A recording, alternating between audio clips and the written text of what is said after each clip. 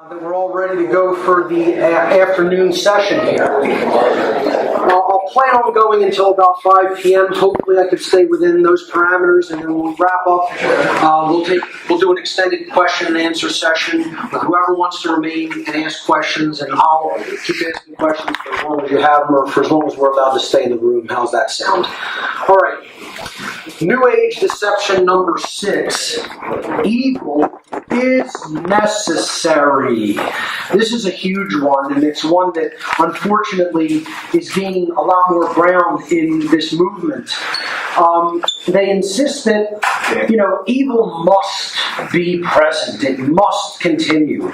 It is something that is required. It is necessary because, hey, without the darkness, there can't be light. There can't exist in light. And it's another very imbalanced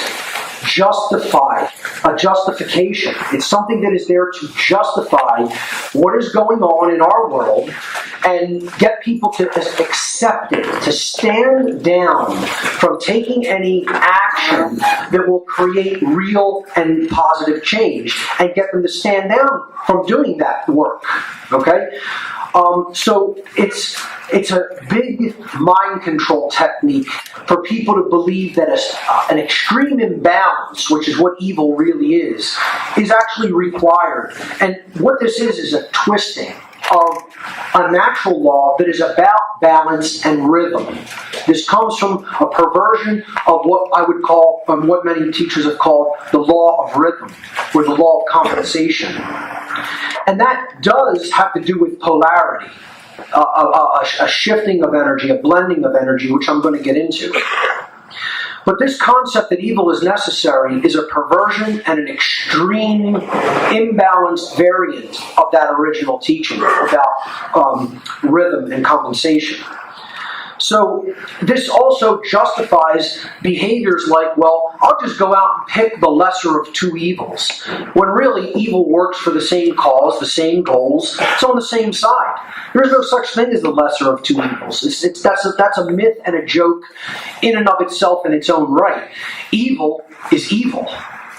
There's no, shades of evil or, different flavors of it. If it's about control, if it's about keeping people down from where they really want to go in consciousness, if it's anti-freedom, it's evil. And, when you try to pick between the lesser of two evils, you get more evil. It's like saying, what flavor of slavery would you like to endure? Well, there's no such thing as just a little bit of slavery. Okay? Like there's no such thing as just a little bit of evil. It's either evil or it's not evil. Okay? So this idea that there's, different flavors of evil or, different extremes, it's one polarity. Okay? And it doesn't need to exist in this level of imbalance. This teaching is ultimately bullshit and should be rejected. Evil is not necessary, and we shouldn't tolerate it. The toleration of evil is not an enlightened position, regardless of what some New Age teachers will tell you. No one should be tolerant of evil. Okay? That's called stupidity. That's called not having enough self-respect to understand you shouldn't be a subject or a slave of evil. And actually having enough self-respect to understand that you should be involved in the battle against evil to help to eradicate it. Evil should never be tolerated. And again, this comes from a couple of false teachings and false understandings that are unfortunately propagated. One of them is a false notion of polarity. Now, polarity does exist in the world. It's not an illusion, okay? There are different sides to things. There are different extremes. There are different polar aspects. But when you really dig deep into polarity, yes, at some level, at some unified level of consciousness, it's one thing. And then there's just extremes between those one thing. Again, this is what the law of rhythm and compensation discuss in some deeper level spiritual teachings. So here we see what people would consider polarities within consciousness. Yang or masculine energy, yin or feminine energy. They've been described as solar and lunar, active and passive, analytical versus intuitive, dominant versus submissive, left brain and right brain. And we've already touched on this in the section on consciousness toward the beginning of this seminar. So what I'm trying to emphasize and get across here is that for these polarities to exist doesn't mean that we have to go into, and for them to be balanced in our lives. We shouldn't place one set as more highly treasured or important than the other. We need all of these dynamics in our life in a blend, a balanced blend. Okay? But it doesn't mean you go into one polarity and just stay there in a total extreme. That's what tolerance of evil would be like. Or even saying evil must exist. It must be necessary for us to know what goodness is all about. It doesn't work like that. Okay? This is the imbalance to this teaching regarding polarity. And it requires discernment to understand how this is a deception. All right? For us to understand what good behavior is and for what orderly conditions in our lives are, doesn't mean we have to experience the depth of evil. Okay? Only a people that are self-loathing and don't have a truly developed deep sense of self-respect and self-love would say, I need to experience total evil to know what goodness is. Okay? So this false notion of polarity is what's getting propagated to keep this New Age deception in place. So part of this correction is also we have to understand how this has been propagated through a false notion of karma as well. Part of the idea evil is necessary, New Agers will say, well, maybe that person did something in a past life. Maybe they're just being paid back for something they did there. So, you see this in the Hindu caste system, actually, as well. They'll say, whatever happens to people who are low on the totem pole of society, ignore it and let it go on. Let it continue. Let all those injustices and iniquities, just let them continue because that's how karma works. And this is a cop-out for ignoring evil and allowing it to continue unchecked in our lives and to run amok in our lives. It's a cop-out for not getting involved and doing something to right it and to bring it to balance. All right? When the child gets abused, okay, that's not karmic debt being piled onto the child's karmic checklist. Okay? That's somebody engaged in evil behavior that they have no right to engage in. All right? And that's what people need to understand. And that's where this deception comes from about evil being necessary. This propagated notion of how karma works in the world. No, how karma works is through natural law. It means you behave immorally and yourself and your society become more enslaved as more people behave like that. You behave morally and you propagate the understanding of true morality, and yourself and your society become more free and orderly. That's how karma works in the aggregate, not on just an individual level, but on a whole societal level. So the last part of this correction is helping people to understand where this deception came from is through a dismissal of free will, which this could be a deception in and of itself. Okay? The notion that there's no such thing as free will, again, is a hallmark of right-brained imbalance. You think about it. Who are the people who most dismiss the notion of free will? Extreme religionists. Isn't that the case? It isn't the left-brain folks who don't think that people have free will. It's the right-brain imbalanced folks out there who think there's no such thing as free will because God makes every single event in creation happen. And it's all preordained. That's a religious notion, the dismissal of free will. And I'm telling you firsthand, people who I consider friends, actually, have come up to me who are very New Agey in their worldview and have looked me dead in the eyes and said there is no such thing as free will. We are not ultimately responsible for our behavior because free will does not exist. And I said, you know what that is? Right to the person. That's a cop-out. And it's a refusal to accept personal responsibility for your own actions. And I would look anybody in the eyes, right in the eyes, and say that right to their face. Okay, this notion that there's no such thing as free will is a complete deception, and it's part of the tolerance for evil deception that is propagated by the New Age community.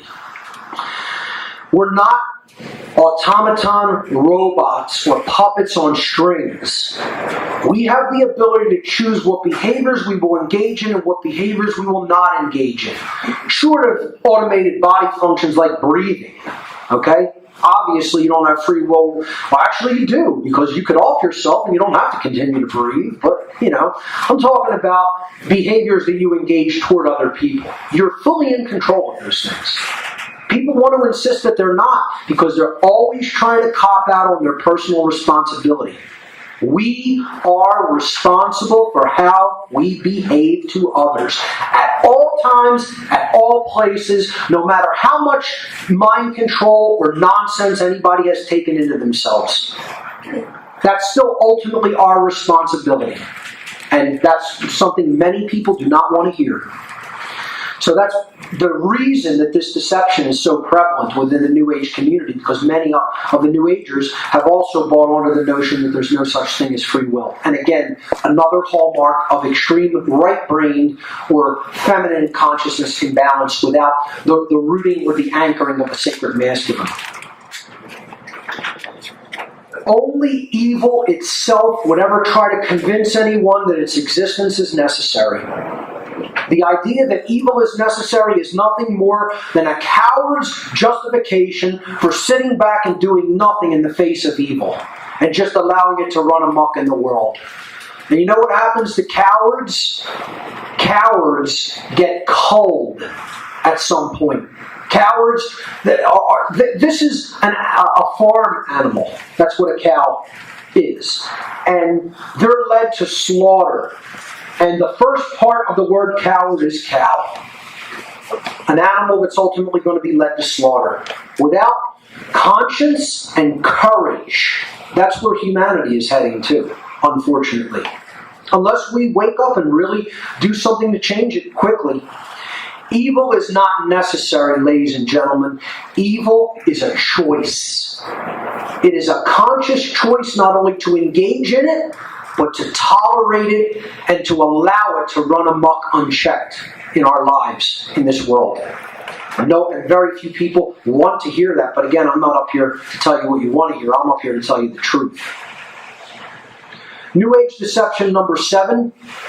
And we're going to stay on this one for a bit, because this is probably the centerpiece of the whole seminar. In all honesty, this is the biggest, aside from ignoring the negative, this is the biggest deception of the whole New Age movement. Accept, but never resist. And I'm going to go through 5 aspects of this deception and then correct each aspect. That's how complicated, it's not complicated, that's how multifaceted this particular deception is. And it's probably the most ingrained and the most deeply rooted of the New Age deceptions. Because this is what, we really think about, if we could define the New Age community or the New Age religion in a nutshell, it is accept everything. Don't rebel. Don't rebel. That's the two words that you could define as the absolute defining hallmarks of the whole New Age religion. Never rebel. Okay? Because rebellion involves confrontation. Rebellion involves that little magic 2-letter word. No. The most powerful word in the universe, which we're going to get to in this section. Okay? So, we have Bush and Cheney as the board. If people are familiar with Star Trek The Next Generation, I'm kind of a big fan as well. Of all the Star Trek series, really, but TNG in particular. And I'll leave it out later and have Obama as a Borg in the future slide. So, they're telling you resistance is futile. For people who don't know this reference, the Borg is an advanced collective alien species that goes along out in the galaxy, and they assimilate all other races to service their own technologically based culture. They're like a beehive that roams the universe and takes everybody into the hive mind. In a nutshell, that's what the Borg are, and they're dressed as a Borg, Bush and Cheney there. So let's look at some aspects of this deception. And again, this is the defining hallmark of the whole movement, which is about getting people to stand down. I like to call the New Age religion the religion of standing down. And that's the dynamic that is all about the suppression of the masculine instinct and the masculine energy. Okay? So the first part of this deception, or aspect of it, is the abuse, the abuse of meditation and yoga. Now, this is not a blanket statement and me telling you all forms of meditation and yoga are bad, because they should be practiced. There are many beneficial qualities to meditation and yoga, many different aspects of them as well. I'm not here to specifically break down all different kinds of meditation and yoga. I want to talk about how the New Age community is using these spiritual practices in a non-spiritual way. And then I want to offer insight into what the actual correct overall usages of these practices really for in the correction section. Okay? Let's start with how the New Age movement is currently getting people to use these practices. The New Age movement has been twisting these spiritual practices into means to take people's minds off of the fact that we have been enslaved, and to make it easier for people just to accept their current situation, their current condition and the condition of the world as their lot in life. So again, they're using these practices to get people to say, this is just the way things are, and it's the way things must be and will always be, and we need to accept it and stop thinking about rebelling against that which is, and slavery is just that which is. See, that's never spoken like that, but that's the implication. You know, not really being free and having evil run this planet is just the way that it is eternally. So what we can do is we can make ourselves calm about that through the abuse of meditation and yoga. You know, it's all about keep calm and stand down. Don't actually do anything to create real change. Okay? Just do this so you can deal better with your slave job. So you can deal better with the conditions of injustice that are all around us. You know? And it's a complete abuse. There's a correct use, and then there's an abuse, as can be done with any practice. That's the first part of the deception of never resist. Accept everything, never resist. The second part, don't ever react to anything. This is a big thing that is taught in New Age circles. Only observe, never react. Okay? So what this really translates to, it doesn't, see, when they say never react, they're not really meaning don't react. They're saying the words don't react because people hear that, you know, as, well, we shouldn't be in reactive mode. But really what they mean is don't act. That's how it comes across in the translation in most people's minds. Telling somebody you should only be an observer of what's going on and never actually be involved. Ladies and gentlemen, life's not a movie that's playing on a screen in your mind. It's actually happening. There are real objective realities that are occurring. You're not an observer of a movie called life. Okay? What that is a coward's way of living life. Never being actively engaged in something. Alright? So they say never try to take any action to try to change the things that are wrong with this world. Again, I heard a New Ager say the other day on some radio show that I was listening to on an alternative media show, you're not here to change the world. You're here to be changed by the world. Well, I won't deny the part, yeah, we are here to be changed by this world, but then we're here to get involved and change it by an act of our will. You know, and anybody that doesn't think that, you know, they're wrapped up in an illusion.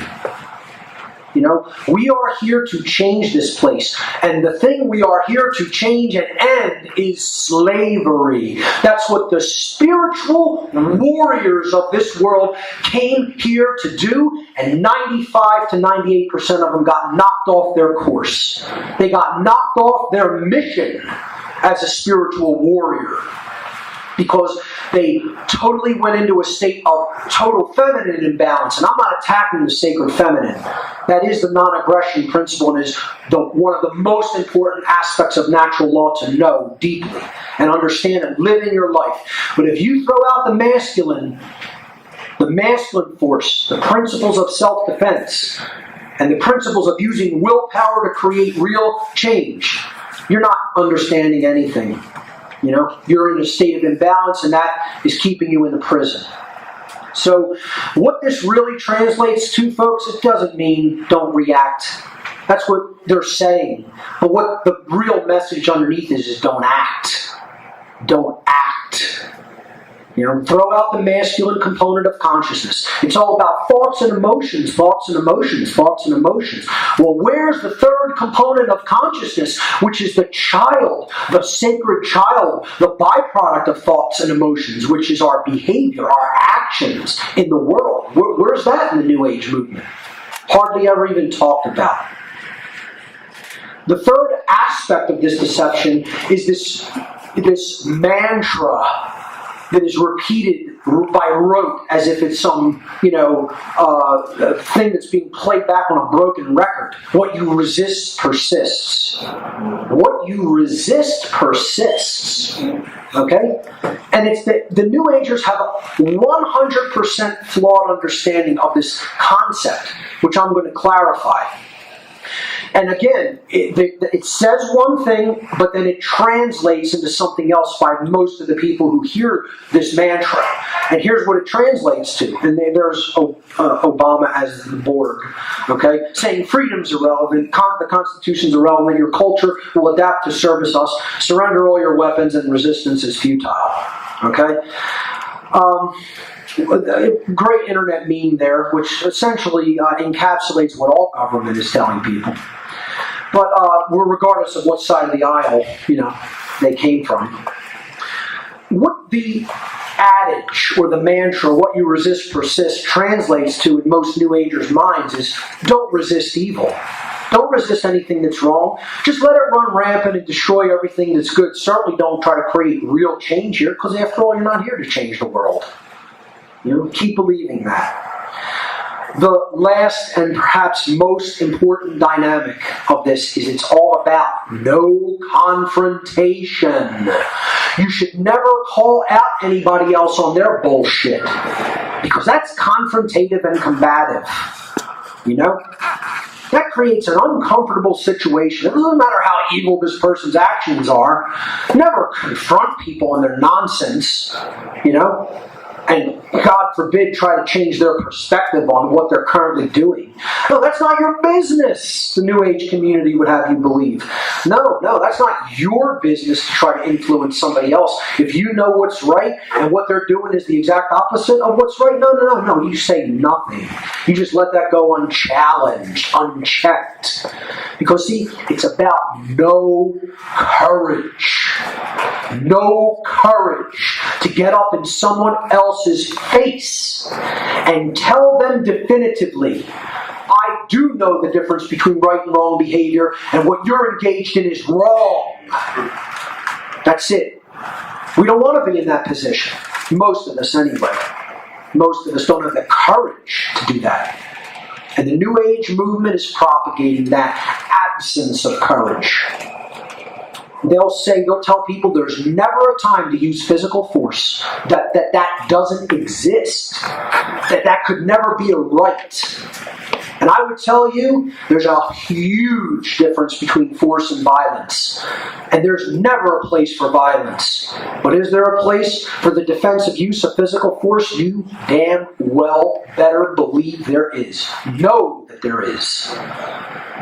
And there's going to come a time when if we don't reverse the trend that's going on mentally, that's going to be required, unfortunately. And I look at that as a failure, and what I'm trying to do is prevent that time from arriving.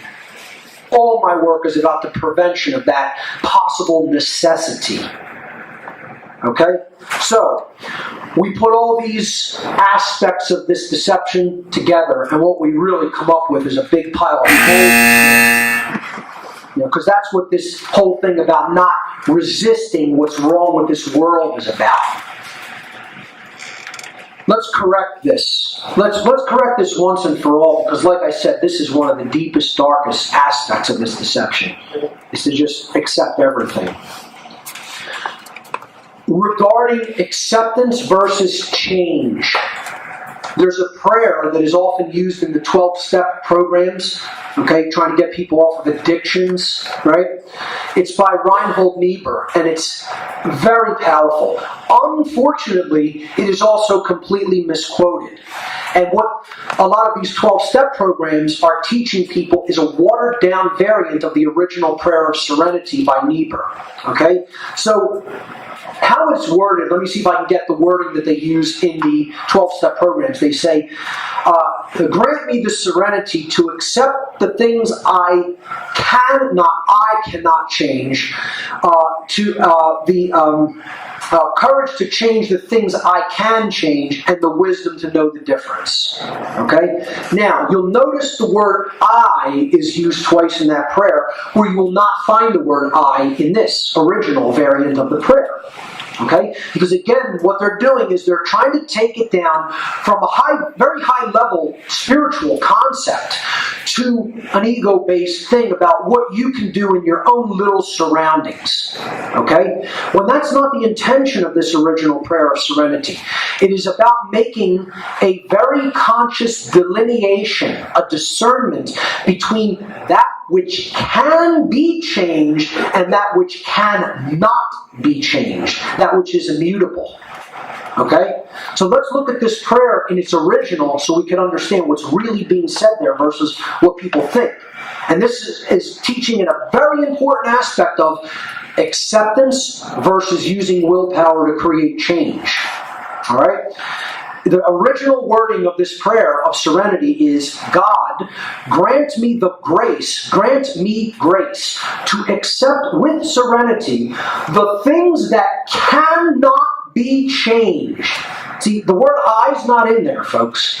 The things that cannot be changed. Meaning set in stone as natural law, as principles by which the universe is governed. Okay? That's what you cannot change. That's what I cannot change. That's what no one can change. The courage to change the things which, and here's another big New Age no-no, we're using the word should. Ooh. How dare we? You know? I had a New Ager once say, Mark, you should never tell another human being you should. Just think about that for a minute. Think about what they just said. Right? Think about the contradiction right there. Mark, you should never say to another person you should. Imagine that. A New Ager said that right to my face once. I almost laughed him out of the room. Okay? Of course you should say you should to people if you know what's right and they're doing something that's not. So, the serenity to accept things that cannot be changed, the courage to change the things which should be changed, and the wisdom to distinguish the one from the other, to distinguish that which cannot be changed versus that which should be changed because it is currently existing in a state of moral wrongness. That's what should be changed. And that's what is within our capacity to change because we do have free will. So this has been shortened or abbreviated as accept what you can't change, which I think is good advice. You'll be banging your head against the wall trying to change something that cannot be changed. And change what you can't accept. Or maybe it should be change what you shouldn't accept. Okay? You should be resisting evil. You should be trying to change the conditions of this world. You should. I broke the cardinal rule of the New Age movement. Okay? The proper usage of meditation and yoga. Is there a correct usage? Should people be studying these practices? Absolutely. But how they're being used is altogether different from the original intent of these practices. Okay? Meditation's correct usage is for balancing the brain, but specifically, it is for balancing a chronically left-brained, imbalanced brain. Meditation is one of the 3 modalities of human thought. A lot of people don't think of meditation as thought, but it is. It is a usage of the mind. And it's all about bringing it to the middle. The very word meditation comes from the Latin medi, which means the middle. It means to take or to carry to the middle. And when you are in a chronic state of left brain dominance, using meditation as a practice for balance will bring the consciousness to the middle. And if it's not abused, if it's not abused, it won't bring it all the way into right brain imbalance. It will keep it in the middle, balanced. So very, very left-brained individuals, control freaks, scientism followers, etc., would benefit from the proper usage of meditation, because that's what its actual intended usage is for. The other 2 modes of thought are concentration. Now, that's for the opposite kind of brain imbalance. New Agers should engage in this modality because they're chronically in a state of right brain hemispherical imbalance in the physiology of the brain. Concentration also means to take it to the middle. Con, together, centra, at the middle. When you concentrate and use concentrated practices, you are bringing a right brain imbalance to the middle. And the third modality is contemplation, which is an active form of meditation, which we commonly refer to as daydreaming. And that's why it's so vehemently discouraged to young people, because they want you in one state of imbalance or the other so you can be controlled. So daydreaming is completely discouraged because it keeps the brain in a balanced state. Visualization, you might call it. Okay? It's actively using the left brain to form imagery and actively using the right brain to play with that imagery in a creative way. So that's the lost mode of human thought. In many mystery traditions, they've taught the all-important role of contemplation. Think about the word, contemplo, temple. At the temple together. Well, what's in the temple? This is the temple, right here. Okay? The ancients called the brain the temple of Solomon, the temple of the sun and the moon. Well, the sun is the solar, masculine, left brain, and the moon is the lunar, feminine, right brain. The temple of Solomon is within us all. You know, that's why it's in a state of disarray and needs to be rebuilt. It's not about a physical temple. It's not about physical structure or physical building. The temple of Solomon, of the sun and the moon, is inside each one of us. And unfortunately, like I said, it's in total ruins in most people. And it does need to be rebuilt with strength. So that's what meditation is for. Yoga, a very diverse series of practices, is about action. And its proper usage is to help us to discover, through using the body and building the body as well. Okay? And also looking deeply into ourselves and understanding what our work is to do. And then going out and doing it, not just talking about it, not just saying I'm going to strengthen my physical body and exercise through these forms, but to actually get you motivated so you're in shape to go out and do what you need to do, to take the action you need to take. That's the proper usage of yoga in a balanced perspective. Not to get you in shape so you could be a good slave at your minimum wage job that you can't stand. Okay? That's not what yoga is for. Yoga is not just about looking good, trying to tone the body. There are side benefits of this practice. It's not the original intent of the practice. Okay? These have been watered down to a point where not only they're not even being used for the correct usages, they're being abused and being used for things that they were never intended to be used for. And those things are to get people to stand down and remain calm in the face of out-of-control evil all around us. And that is not spiritual at all. That's the antithesis of a spiritual practice. Because these practices are unfortunately being used and propagated by the dark side. And again, I don't tell anybody not to look into them, study, and practice them. But it has to be a balanced approach. And it has to be for the original intended usage in a true spiritual capacity, not a pseudo feel-good so-called spiritual capacity.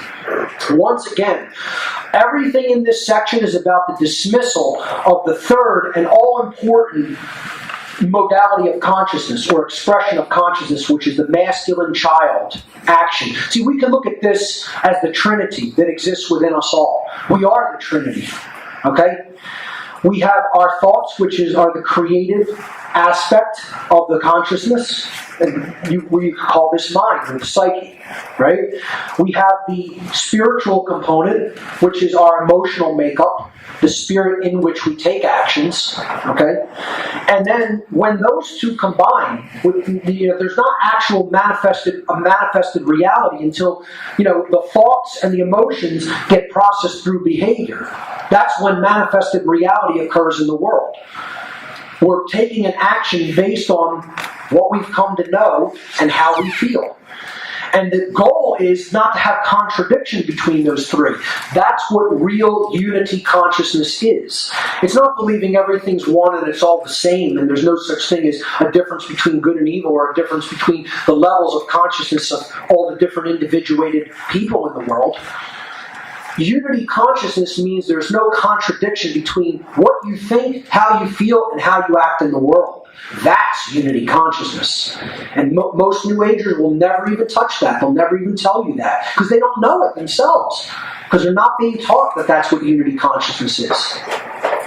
So again, this is the Father, where it weds with the sacred feminine of the spiritual, emotional aspect, and then they produce a male child. That's why the Trinity of every ancient culture, regardless of whether it was the Babylonian Trinity, the Egyptian Trinity, the Christian Trinity, it was always three: a father, a mother, and a male child. Because the male child is actions, the offspring of the thoughts and the emotions. And what the New Age deception of accept everything, don't actually take action to change it, is killing is the sacred masculine child of right action in the world. Again, hence the subtitle or the addendum title to this presentation. It's New Age Bullshit and the Suppression of the Sacred Masculine Action, to get people to stand down and not take right action. See, the correction to that which you resist persists. That's an incorrect variant of an ancient teaching. Okay? The wording of this teaching is something similar to this. That which is manifesting, currently manifesting, as a result, as a direct result of what you have been wrongly resisting, namely truth and right action and courage to change things, is what will continue to persist in your life. That's the real law of attraction. Not this nonsense variant of the law of attraction that's all ego and materialism based, that's being taught in New Age circles. That's the real law of attraction right there. That which is currently manifesting as a direct result of what you and your whole society has been wrongly resisting, has remained wrongly resistant to those truths, okay, and taking right action in a state of courage and willpower in the world to change things for the better. That's what you've been resisting, so you get more of what you've been getting. That continues to persist. That is the real original teaching, not what you resist persists. It's a truncation, it's a bastardization of the real teaching. Okay? I put here, locomotive. I call it the natural law express, and that's what we have to understand as the real laws of attraction. All right? And this guy thinks he's going to combat the will of creation with his bare hand. Like trying to stop a train coming at him at 200 miles an hour on the tracks. I'll just stick my hand up and I'm taking this force down. Well, see how well that goes. Because the laws of nature aren't slowing down for you. They're at work at all times and places, whether you understand them or not, whether you accept them or not, whether you are resistant to them or not. And you're going to get a specific set of results when you understand them and live in harmony with them, and you're going to get a completely opposing set of results when you ignore them and live in opposition to them. So the best advice I could give to you is don't be this guy. If things are not going to work out well for him or anybody else who mimics his behavior. All right. The next part of the correction to this deception of standing down, never taking action, never resist, never rebel, accept everything, is New Agers who think like this have what I call halfway understanding. And there's two major philosophical tenets or pillars that need to be deeply integrated and deeply understood for someone to consider themselves enlightened or even partially enlightened. All right? It's a very different notion of enlightenment as what is talked about in New Age circles, which is some seemingly unattainable state of being perfect. Enlightenment's not about being perfect, folks. I am enlightened and will state that I am enlightened. That has nothing to do with perfection. As long as I'm in the physical world, I'm not perfect. Okay? When you are out of this place and you go rejoin with Source at some point, you'll be perfect then. You're not perfect now. No one is. No one is perfect. You're expecting perfection while in physical incarnation, you're expecting what never was and never will be. Okay? Perfection is a pipe dream in the physical world. All right? That's the realm of pure potential and pure spirit. That's where perfection exists. Here, on the ground, in the real world, okay, we're trying to aspire to that, but nobody's going to be perfect in everything they do. All right? That's not what enlightenment is. Enlightenment is about knowing what's going on. Enlightenment is about being conscious of your surroundings, of what is taking place in reality. Again, consciousness, the ability to perceive and recognize and perceive patterns accurately with respect to what's going on both within you and in your environment.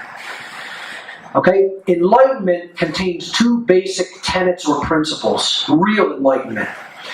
And again, this is why there's always these two seemingly opposing dualities, okay, which at first glance may seem opposites, but in fact they come together to form a synthesis. And if that synthesis is not there, there's no balance.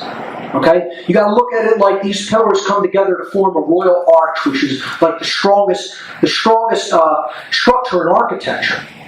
Okay? They're seemingly opposing forces, but they create a synthesis that is the strongest force that can be made. All right?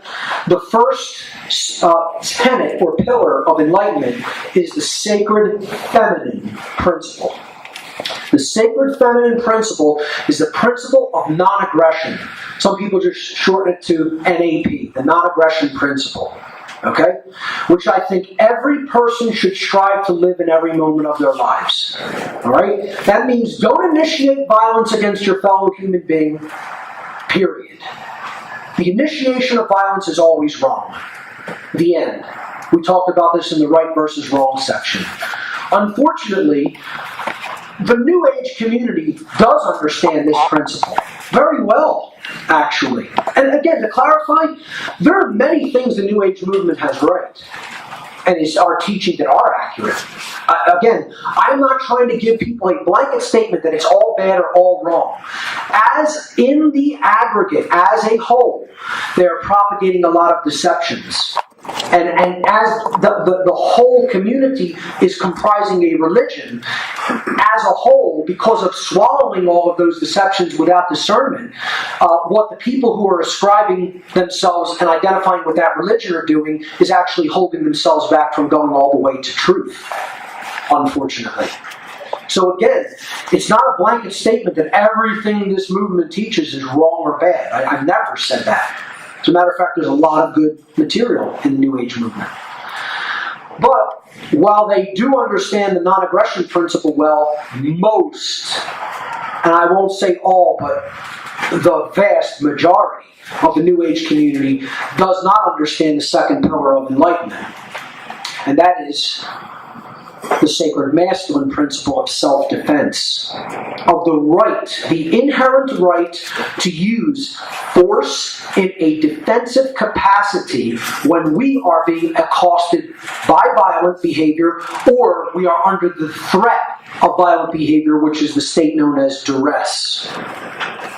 And we are living under duress. Right now, each one of us. I live under duress. You live under duress. It doesn't matter whether you know that you do. It doesn't matter whether you understand that you do. You live under duress.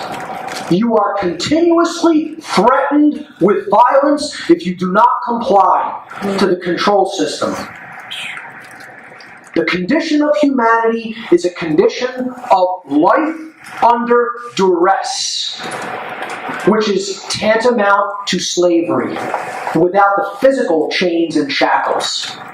It's a free-range farm. And the farmer is saying, you don't comply with my demands, I'm going to slaughter you. And most people just won't say it that way. They want to euphemize it, they want to ascribe politically correct language to it. It's called duress. And we have a right not to live under duress. And unfortunately, unless we can convince people at the mental level not to engage in violent behavior, physical force may be required to end that duress and that violence that we live under. The New Age community does not understand this. They resist it. They resist the masculine principle, the sacred masculine principle. And that's why this constitutes a religion. Because it's holding back people from an all-important truth. And that truth is the definitive and objective difference between force and violence. They are not the same thing. They never have been the same thing. They never should be spoken of as the same thing. They are actually polar antitheses of each other. Diametrically opposed opposites. And we'll get into that right now. Let's start with violence, actually. And most people intuitively understand what violence is. Alright? Violence is the immoral usage of physical power employed to coerce, again, coercion, one of the wrongdoings, compel, another word meaning coercion, or restrain. And not rightfully restrained. Restrained because someone is not compliant. Someone isn't doing what you told them they must do because you want them to do it. Not to stop them from doing something that is a direct thing that's harming somebody else. Okay? But I'm commanding you, you may not do that, and if you do, I'm going to restrain you or make you do it somehow. That's violence. The word violence is rooted in the verb violate. Violence means you're committing to engage in violence. It means you're violating someone else's rights by taking something away from them that you have no right to take. Namely, their life, their property, their rights, or their freedom, when they have not caused harm to another being. And that's the state we're living under. Violence and duress, which is the threat of violence if we don't comply to demands. Violence is the initiation. There's the powerful word. There's the all-important word, folks, when it comes to violence. The initiation of coercive behavior, of coercive action, which is in opposition to morality and natural law for the reason, because it involves the violation of others' rights. That's what makes it violent. You're violating their rights. And it's the initiation of that undue usage of physical power or strength. So again, people will say, well, in something that happened where there was a physical altercation or physical confrontation and usage of force on both sides, that everybody involved was being violent. Wrong. 100% absolutely wrong. A fight in a grade school between two boys. The teacher comes along and she says, I don't care who started it. You were both engaged in violence and you're both wrong. Absolutely, utterly wrong and incorrect. Who started it began the violence. I don't care what was being said. Words are one thing. First person who acted and attacked somebody else's physical body when they had no right to do that behavior, that was violent behavior. If the other person defended themselves with the physical use of force, that was defensive, forceful behavior, and it was not violent behavior. And people need to understand the difference between these two modes of behavior, these two kinds of action. They are not the same. They are opposites of each other. Violence, there is never a justification for, because there is never a justification to initiate coercive action against your fellow man if they have done nothing to harm you or someone else. So violence, you never possess the right to take. Every example of violent behavior is always a wrong and is never a right. Conversely, there is a time to use force, which involves a right. There is a right to engage in force. So let's look at what force is. Okay? At a basic underlying level, the definition of force is simply the capacity to do work or cause physical change in the world. It is the use of energy, strength, or active power. That's a scientific definition of force. Scientists would use that as a definition for what a force is. The application of force is involved in just about anything we do. Okay? For you to put your clothes on in the morning, you have to engage a certain amount of force on the fabric to lift it and then pull it over yourself. All right? For me to set this computer up involved force. I had to use enough force to counteract the gravity that's keeping this weight down to the earth, lift it up, and put it on this table. That was the usage of force. Did I harm anybody by doing it? No, so therefore it's not violence. Force is action which is in harmony with morality and natural law because its application, its usage, does not violate others' rights. I violated no one's rights by putting this down on the table. By lifting it up, using force, putting it down on the table. You build a house, okay? It involved force. You had to cut some things, you had to lift some things, hammer some things together, okay?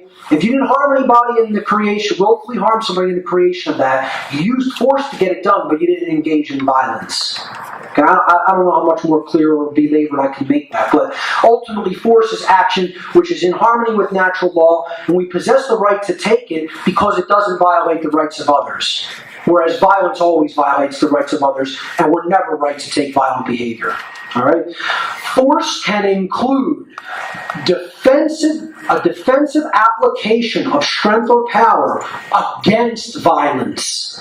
So in other words, if I go out onto the street and I'm accosted by a mugger who has a switchblade and he says, "Your wallet or I cut you," and I'm carrying a defensive weapon, okay? He has just violated my rights and is holding me under duress. I have the right to put that behavior down by whatever amount of force is required to stop him from doing that, up to and including deadly. I don't have to engage in a deadly usage of force, but you know what? If I feel my life is threatened, I have every right to. I could stop short of that and simply try to disable him, and so that he's incapable of continuing to perform that action. But you know what? It would be my discretion at that point if someone was physically threatening my life. And that's what people have to understand. You need to understand that is your inherent right. Your inherent right. You also possess an inherent right to do nothing.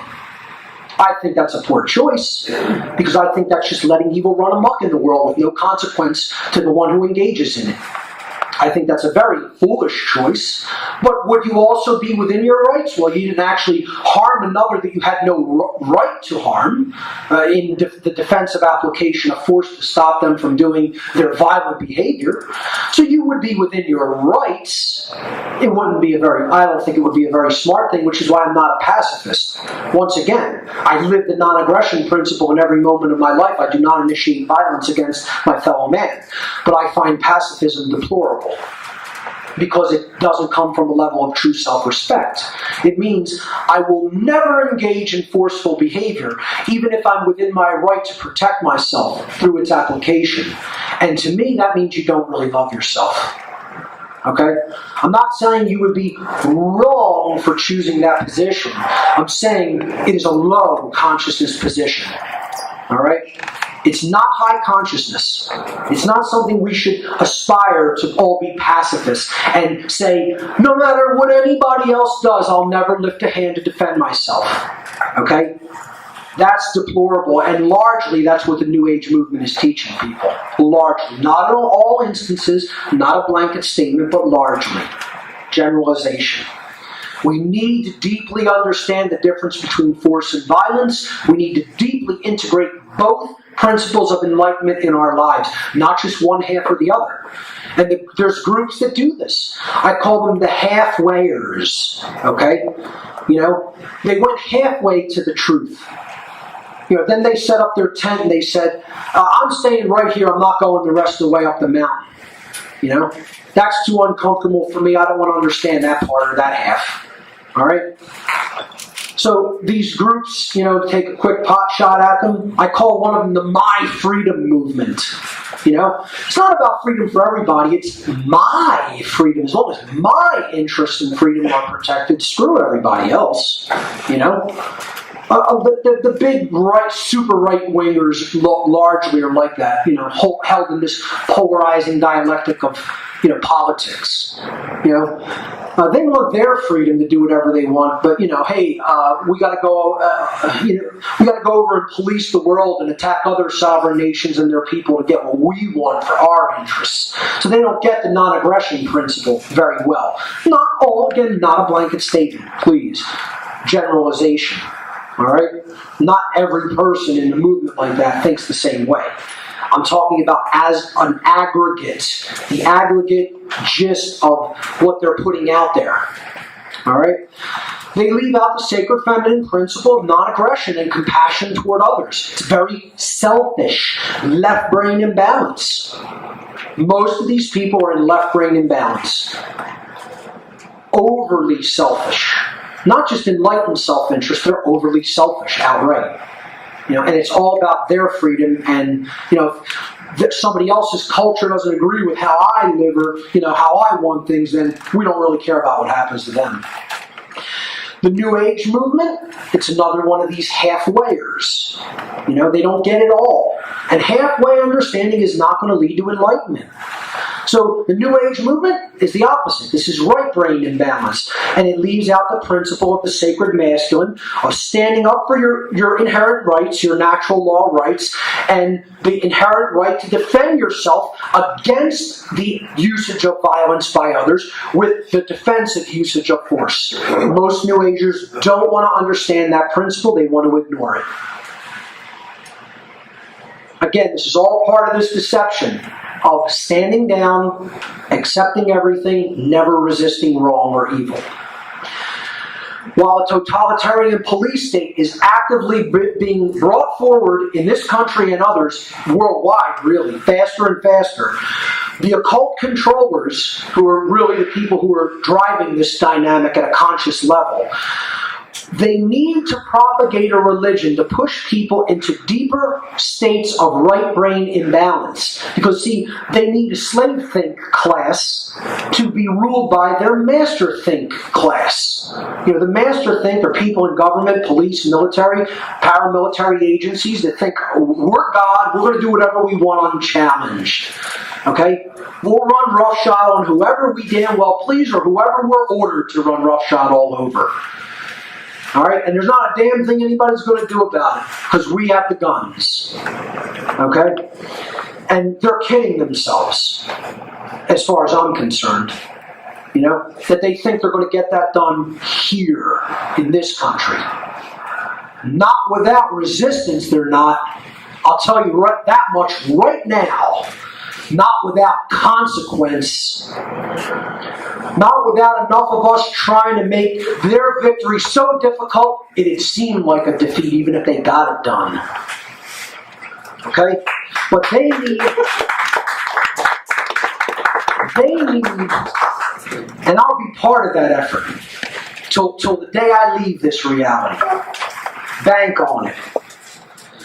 So what they need, though, that controller class, that mind control class of so-called elitists, I hate that word for them. I just call them the occult controllers, because they ain't the elite of anything except the bottom of a trash can. They might be the elite of the scum, that layer of scum that collects down at the bottom of your garbage can. Yeah, they're the elite of that. But they need to create this polarity of, you have the left brain imbalance, and that has to play off against right brain imbalance. So we need to propagate religions to keep people enslaved think, right? So that a lot of people won't stand up for their natural rights. And ladies and gentlemen, as I've been telling you, the New Age movement is part of that religion. Cultural religion plays a big role in that dynamic as well. But the New Age movement is a huge part of that dynamic of mind control. We have to cut through the bullshit and start calling things accurately as they really are.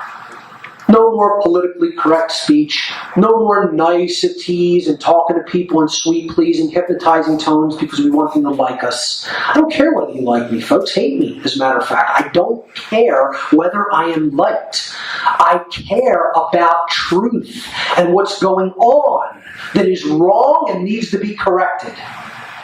I'm not here to be your friend. I'm not here for a popularity contest. Okay?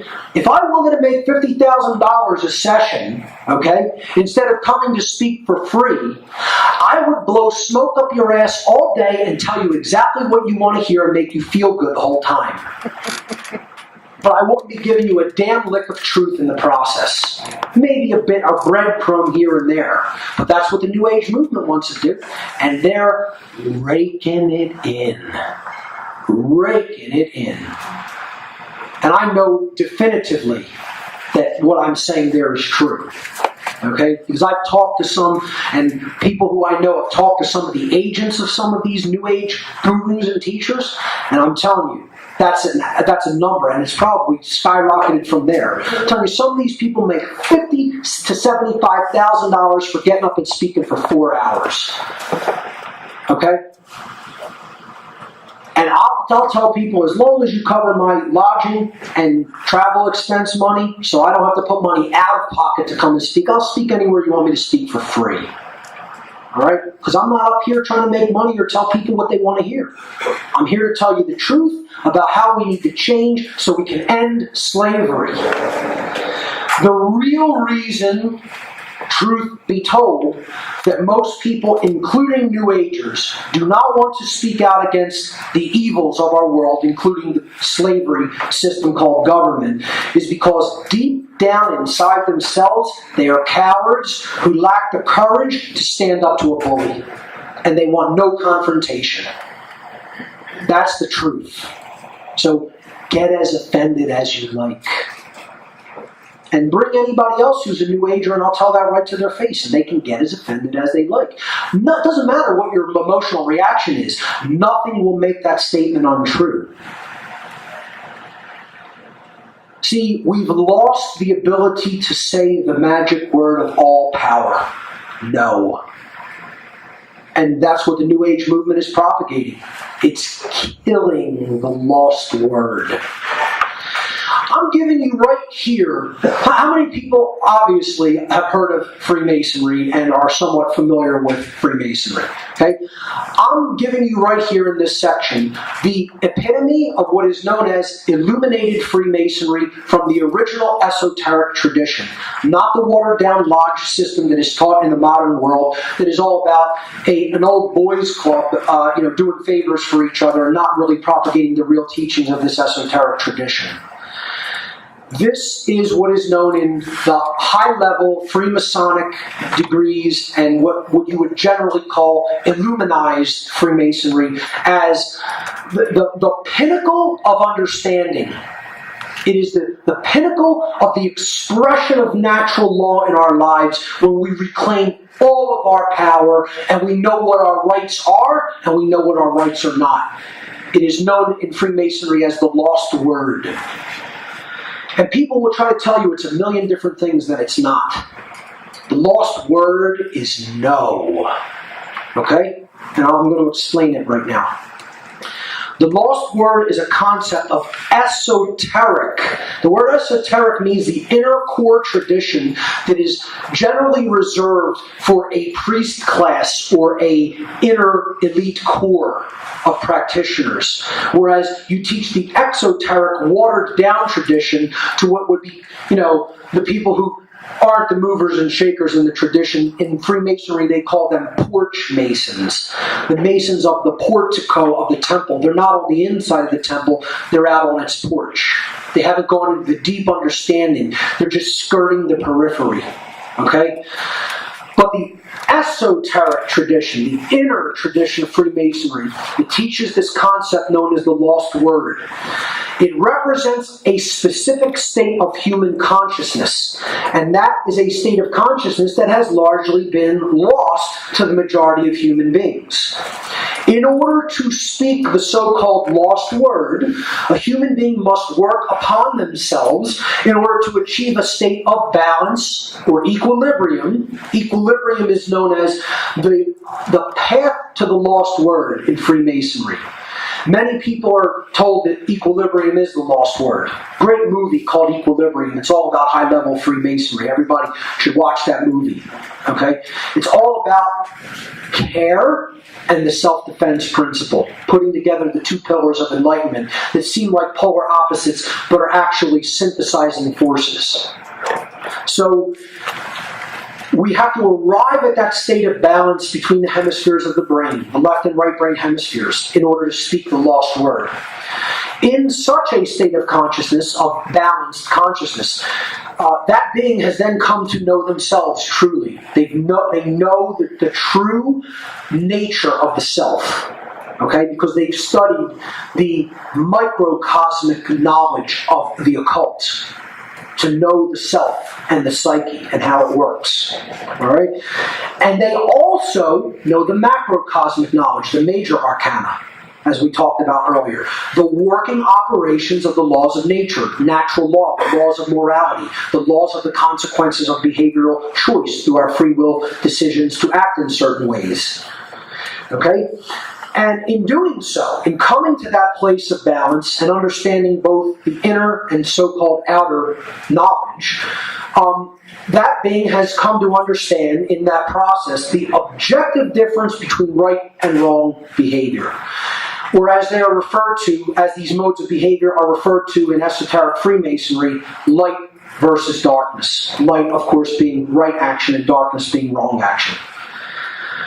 Now, in this enlightened state of consciousness that is generated through the knowledge of natural law, that being is then able to speak, to say the lost word, which is no. No is the word of all power. Only when we say no to those who would claim to be our owners and those who claim that, it's they who will decide which rights we have or do not have. Only when we say no to that do we ever stop externalizing our power to others, to anyone outside of ourselves. And in doing that, we reclaim all of our rights, all of our natural rights, and we become free. Sadly, very, very, very, very few people on earth have the knowledge, care, and courage. Again, thoughts, emotions, and actions. Those are the epitome of those three aspects of consciousness. The epitome of the thought modality of consciousness is knowledge. The epitome of the emotion aspect of consciousness is true care. Care about what's going on, not just compassion. True care encompasses even more than just compassion or empathy. It means you really, truly, deeply care about what's taking place, enough to want to go out and develop the courage to have the willpower to change it. And then courage is the expression of action. Courage and willpower are the highest expressions of action. The three modes of consciousness. And unfortunately, since so few people have developed these three modalities of consciousness to their full expression, most people cannot utter the lost word. And that's why it is considered lost and called the lost word. See, the lost word isn't just N-O. It's K-N-O-W. The lost word is no. but it's also no. Because one isn't possible without the other. The word no, N-O, is not possible without knowing our rights, without knowledge. And that's why knowledge is completely, or I should say completely, largely dismissed in New Age teachings. They want to tell you it's all only about going inside. Well, no, it is not. Okay? The book knowledge, a continued de-emphasization is placed upon reading and book knowledge in the New Age community. Oh, we'll just know everything we need to know by meditating. We'll go into the Akashic records and get everything we need. Well, once again, how's it been working? Has it been working out good? Because I see slavery. I don't see freedom. I don't see enlightenment. I don't see higher levels of consciousness. I see that in tiny, almost insignificant, paltry pockets scattered to the four winds of the earth. That's how I see that dynamic of higher consciousness. I'm not saying it's not happening, but it's certainly not happening enough. And if we want to change it and make it happen more, make it happen enough, we have to get real about this and understand knowledge is required. If we don't know, we won't say no. So that brings me to the last part of this section, which I call the last word. Which, ladies and gentlemen, I cannot emphasize this enough. This is what I want to avert. I don't want to see it have to go this way. All my work is to try to avert this. But if it comes to that, I will be ready. Just as our forefathers were ready when their rights were inherent natural rights were completely abused under the dictates of a psychopathic tyrant boy king who thought he was God. Okay? Just as anybody who has ever been held under a state of duress and slavery has the right to defend themselves and end that condition. So, the last word will not be spoken. You will hear it in shots and explosions. That's when you will hear the last word uttered. But you will not hear it in the form of human speech. And believe me, it will be the most atrocious language you will ever hear. And if we want to avert it, we better get active, and we better start telling people the truth about what's really going on in this damn place. And get involved ourselves in being teachers of this information. Like I said, if it does come to that, I'll be ready. I don't put all my eggs in this basket. This is the basket I put most of my eggs in. I got a few in that one, too. May or may not be enough, but there's some in there. There's enough for me to at least fang and venomize myself so I won't go quietly into the night. Not without consequence, not without a struggle. No, sir, not me. And you know what? I tell people, whenever I play this slide for people, I tell them, take a good look at the image on that slide. What you are seeing there is a 100% peaceful human being that would never use the defensive capacity for the rightful use of force for violence. That's a peaceful human being on the screen right there, who knows his inherent rights. I know what I own, I know what I don't own, I know what my rights are, I know what my rights are not, I know the difference between those modalities of action, and I live the non-aggression principle in every moment of my life. And anybody who doesn't understand that that is an inherent human right is under mind control. Mind control. Only a slave is not allowed to be armed to protect themselves and their family and their rights. Only a slave is not allowed to be armed. That's all I'll say about that. Now, this principle of the two pillars combined together, the sacred feminine principles of non-aggression and compassion toward others, combined with the sacred masculine principle of self-defense, has been encoded symbolically through many mystery traditions throughout the ancient world. All right? I'll just touch on a couple, again, just to give people a hint, but you can see this in tons of ancient mystery traditions. The Aztec mystery schools had a teaching that was about the feathered serpent. This came from an older Mayan teaching that the feathered serpent was Kukulkan, who I'll bring up in another slide later. But in this tradition, he was referred to as Quetzalcoatl, which means the Quetzal bird combined with the Coatl that was the serpent or the snake. So you have one high level of consciousness, and you have one that's very rooted to the ground. The bird flies in the air, the snake slithers on the ground. What this really meant was we are aspiring to both the sacred masculine and the sacred feminine principles. The sacred feminine principle was about flying in the air at a higher level of consciousness, which is the non-aggression principle, understood and ingrained in our lives.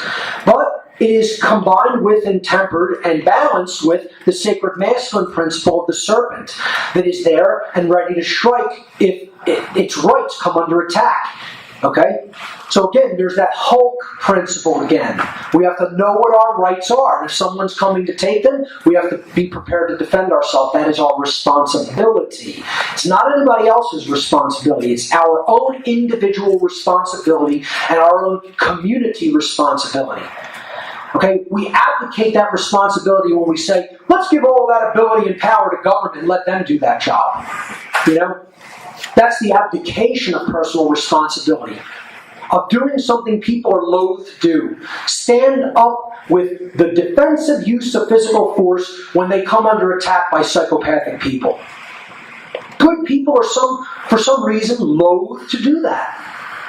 Now, I'm not telling you I would want to have to do that continuously or constantly, but I'll tell you why it would happen more and more when you fail to properly morally educate the young.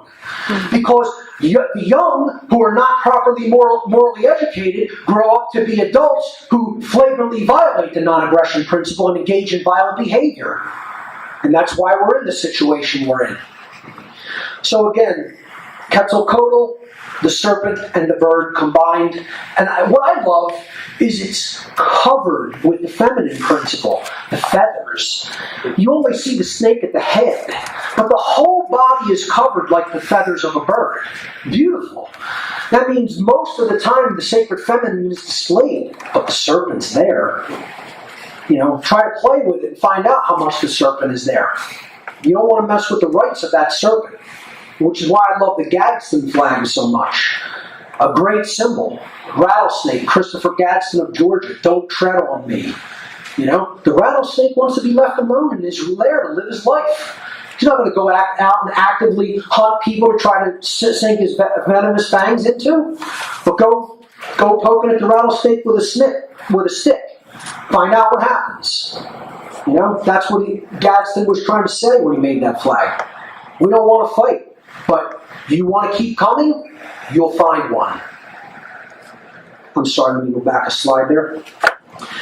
This is from the South American mystery tradition in, I believe it's Bolivia. This is a depiction on a large megalithic structure known as the Sun Gate. I believe the city is Tiwanaku, if I'm not mistaken. I think it is. Pretty sure.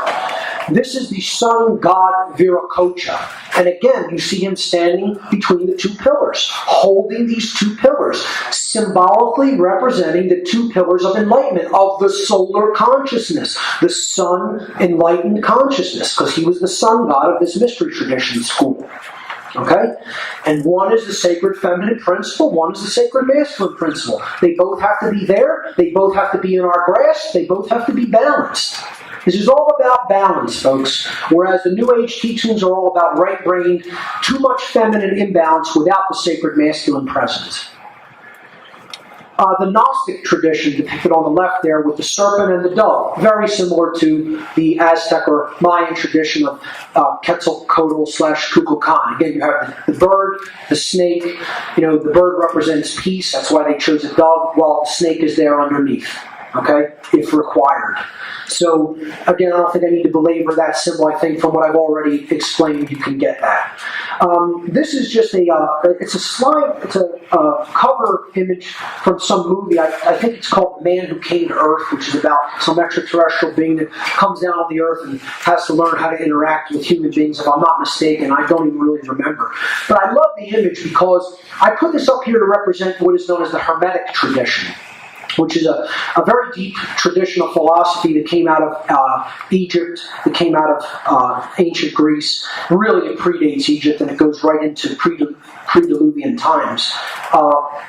An advanced mystery tradition that really delves deeply into natural law principles. And one of the things that is deeply taught in the Hermetic tradition is we need to aspire to be the stellar beings, the beings whose mind is in the stars, is in the cosmos, is in the higher part of the universe. All right?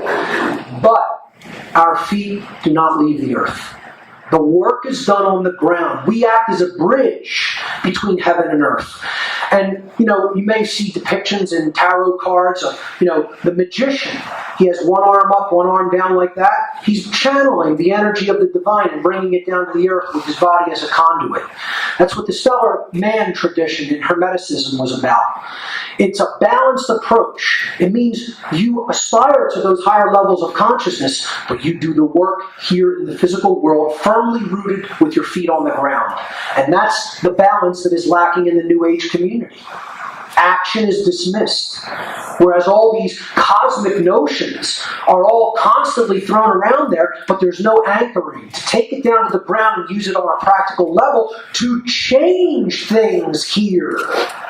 Because again, what does that require? Willpower, courage. These are masculine components. These are actually components that a balanced left brain hemisphere helps us to forge. If we're out of balance in the right hemisphere, we're not going to develop those qualities. Conversely, if we're out of balance in the left hemisphere, we're not going to develop the creative capacities, the intuitive capacities, the nurturing and compassionate capacities. It needs to be balanced. If you hear nothing else, understand that this is about the balance between these different traits and characteristics of the being. And I think the Hermetic tradition did a very good job in practicing that balance, bringing it forward to people in very practical and easy to understand philosophical terms. New Age deception number 8. No one is ever to blame. No one's to blame. It all just happened that way. We didn't actually do this through our actions. It just happened. You should never point a finger at anybody else. Now let me tell you something. You shouldn't point a finger at anybody else if you're doing the same thing they're doing. I'm not part, through my behavior, of the slavery dynamic. I'm not part of that dynamic. Okay? When other people are part of that dynamic, through being left brain imbalance and being a dominator, or being in extreme right brain imbalance and laying down to slavery, they're part of that dynamic. I'm not in that mental state of mind control. I'm out. I'm out of that state. I could say that with a deep knowing that it's true and a clear conscience that I'm not lying when I say it. So, unfortunately, are most people out of that state of mind control? No, they're deeply in it. Okay? So, when I say there are individuals who are deserving of blame and that there are others who are not deserving of blame, it's true. There are certain people who are directly responsible for what's happening because of the way they think, and that thought underlies the behaviors that they're taking. All right? So, let's move on with other aspects of this deception. Where this really comes from, underneath, what, again, it's never said like this, but this is what people are hearing at a subconscious level, and it's what the real teaching is conveying, whether the propagators of the concept that there's no one ever to blame for anything are aware of it or not. What they're really teaching people is we are not responsible for our own behavior. No one is responsible. Responsibility doesn't exist, and again, this goes on with that sub-deception I talked about earlier of there's no such thing as free will. Again, a person I consider a friend looked me in the eyes and said, free will doesn't exist. No one is ultimately responsible for their own behavior. And I didn't even laugh at that. I felt sad when I heard that. I felt sorry that that person could be worked into that state of consciousness, because that's deep mind control. And, this person has a lot of other things right, too. But that was so wrong and incorrect that I didn't even lash out against the person. It was like, oh, I felt horrible that he could even be in that state of mind. Because this is what he's bought onto. No one's to blame. There's no free will, and ultimately we're not responsible. These are hallmarks of extreme right brain imbalance. And here's what underlies it. Never exercise discernment or judgment regarding whether an action is right or wrong. Don't really weigh that in your own mind and look at the dynamic as harm caused and therefore it's a wrong. I was having a conversation the other night as to what actions are right or wrong. I said, you only need to ask one thing. In the performance of that action, was something that you do not own harmed? That's it. It's all the question we need to ask. Here's a behavior. Was something harmed? Yes or no is the answer. Did you own that thing and therefore have a right to do anything harmful to it? I gave the example. Here's my pinky finger. I own this. This is mine. I own this finger. If I want to take some wire cutters and snip it off, guess what? That's my finger. It would probably be a very stupid thing to do. However, would I be within my rights to do that? Absolutely. You want to know why? It's mine. I own it. And that's the other thing that goes along with a lot of this. Another deception I really should add, I might do it at a future point, is it goes along with there's no such thing as ownership. Many New Agers believe that too, that ownership doesn't exist. A lot of right brain people buy into that one. There are things that people own, legitimately. Ownership is real. It's not an illusion. And again, because they try to go into this idea of the extreme, the extremity. Could I own this forever? No. It's temporary. It's impermanent. Does that mean while I'm here in this incarnation, inhabiting this body, while my consciousness inhabits this body, that this isn't my possession? Of course it doesn't mean that. Okay? You can own things while you are here. It doesn't matter whether you consider this stewardship of my little finger and not permanent ownership. I'm not claiming permanent ownership. I'm claiming while my consciousness is here in this vehicle that we call the body in the 3D reality, this is my damn finger. Okay? It's close enough to ownership. It doesn't have to be permanent. All right? So, however, if I went up to this gentleman and said, put your little finger out and take the wire cutters, I have no right to do that. Not without his consent, which would also be pretty stupid, right? The point here is, if you're harming something and it belongs to someone else, and you have no right to it, to do that to it, that's violence. That's wrong. Okay? So what the New Age movement in this deception of no one's ever to blame for the harmful things that they have done is really saying is never exercise discernment or judgment regarding the behavior, the actions of another being. They're not responsible for what they did. No one's to blame. Huge deception, all tied in with the excusing of evil. All tied in. You can see how a lot of these mesh and blend together and overlap. Okay? So that's what they're really saying in this deception. So, bullshit. Let's correct it. Let's bring balance to that. We have to understand the philosophical idea of moral culpability. And this is a true notion that exists in nature. Okay? It's not a judgment that only exists in mind, because right and wrong don't just exist in mind, they exist inherently. Therefore, so does moral culpability. It exists inherently based upon the action someone performs. The word culpability, let's define it from the etymology. Culpable comes from the Latin noun culpa, fault or blame, in Latin. So culpable means what the quality of being at fault, or the quality of deserving the blame for what has resulted, for what has manifested. So you think about it. If a child is raped, let's give that horrific example, which I keep going back to. Someone was responsible. Someone did it. Without them performing that horrific behavior, the manifestation of the child having been raped would not have occurred. Therefore, they are to blame and they are responsible. Okay? Culpability is real. It exists in nature. It's not something that we invent or just try to, graft onto, and it's not just a perception. It's real. It is the determination of who is ultimately at fault or deserving of blame for the commission of actions which resulted in harm or loss to others. That's what moral culpability is. Okay? And ultimately what it really is responsibility. Who is responsible? When we're determining who's culpable, what we're really saying is who was responsible for this wrong that took place, which manifested. Okay? This is what the New Age movement doesn't want. And again, it all comes down to wanting to abdicate personal responsibility for our free will choices. Okay? The abdication of personal responsibility is the defining characteristic of a child's mind. That's what children want. They don't want responsibility. They don't want to truly grow up or mature.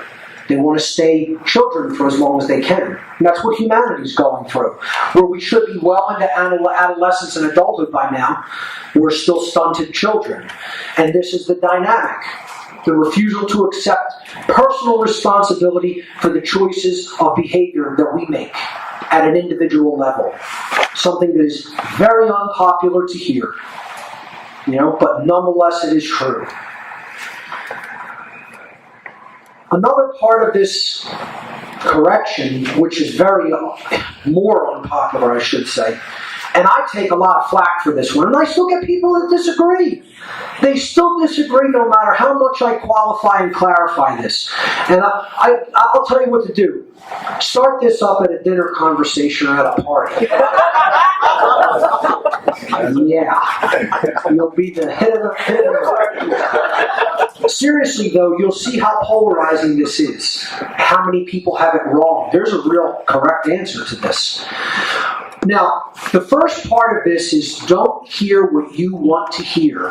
Hear the question as it is actually being asked. Because that's what we do. We hear what we want to hear. We're not listening to the actual question. Here is the actual question. Who is more morally culpable in this instance? I didn't ask who's morally culpable. Both parties are morally culpable. The question, ladies and gentlemen, and those watching on the net, is who is more morally culpable? And what you have to ask is, without one of these groups, if we remove one of these groups, does the manifested result still occur? That's how you will know who is more morally culpable. Listen to the qualifications of how you will arrive at the correct answer. Remove one side and then say to yourself, well, could that same action actually occur without those beings being involved? Okay? So, who is always more morally culpable? The order giver, the one who issues a command that is morally wrong? Or the order follower, the one that actually carries out the immoral behavior that manifests in harm? I think the answer is, look, the answer should be so self-evident that I shouldn't have to ask the question. And unfortunately, there are still so many people who are deeply resistant to this. And I'm telling you, the answer, there is one answer, it is the correct answer to this question, and nothing will ever change it. Alright? And the answer is the order follower is always, in all instances, more morally culpable than the one who issues the command to do a harmful behavior. Because they did it. They carried out the thought.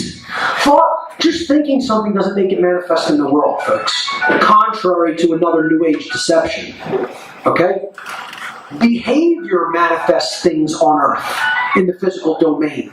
Behavior is what does that. So, when we're looking at the answer to this question, what we have to ask is, when a horrific action like this occurs, okay?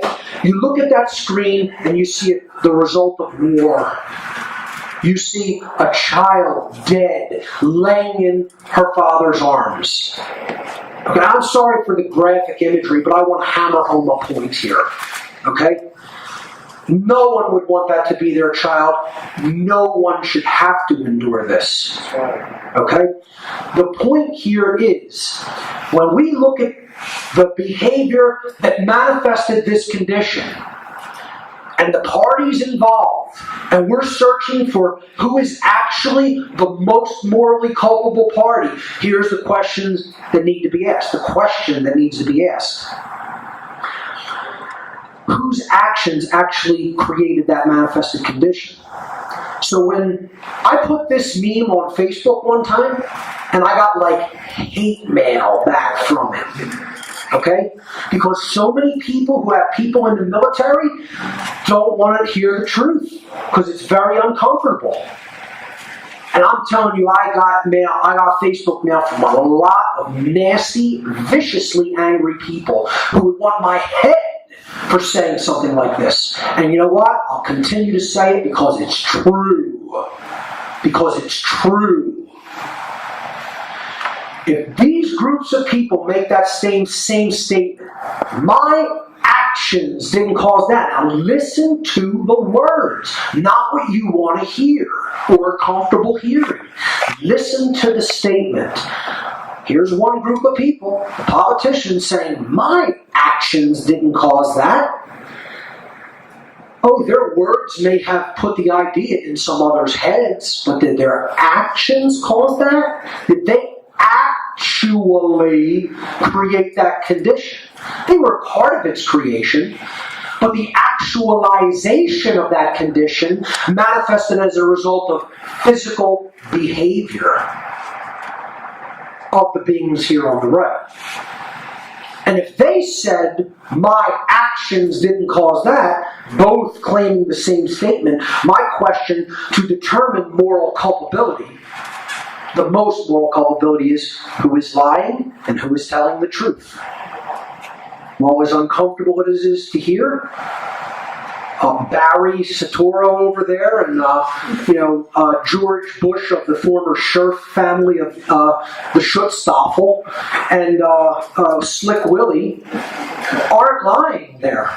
They most of the time their mouths are moving, they're lying, but in this instance they're not.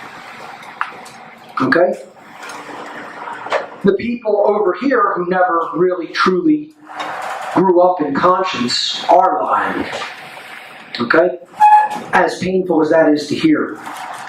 The painful truth is the order follower always bears more moral culpability than the order giver, for the reason that the order follower is the one who actually performed the behavior. And in taking such action, they actually brought the resultant harm into physical manifestation in the world, in the reality we are in. Order following is the pathway to every form of evil and chaos. Order following is not a virtue. It never has been a virtue. It is not a virtue now. It never will be a virtue. It is evil. Evil. Evil. Okay? That's what it really is. Anybody who is an order follower, I don't care if you even take orders from people you consider moral beings, you're still carrying out evil.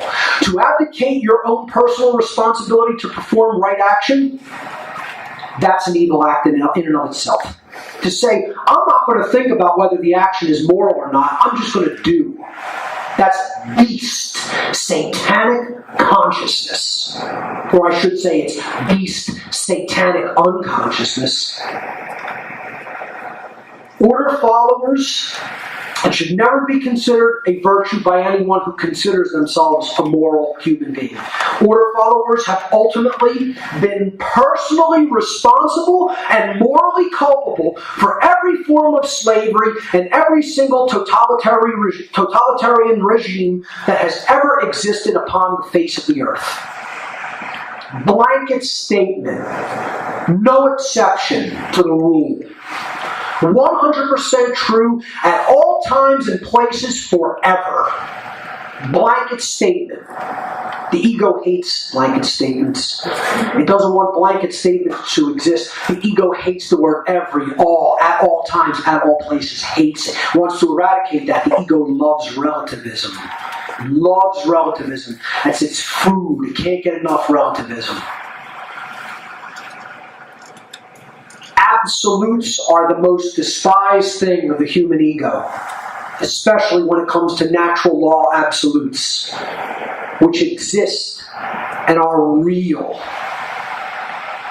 Okay?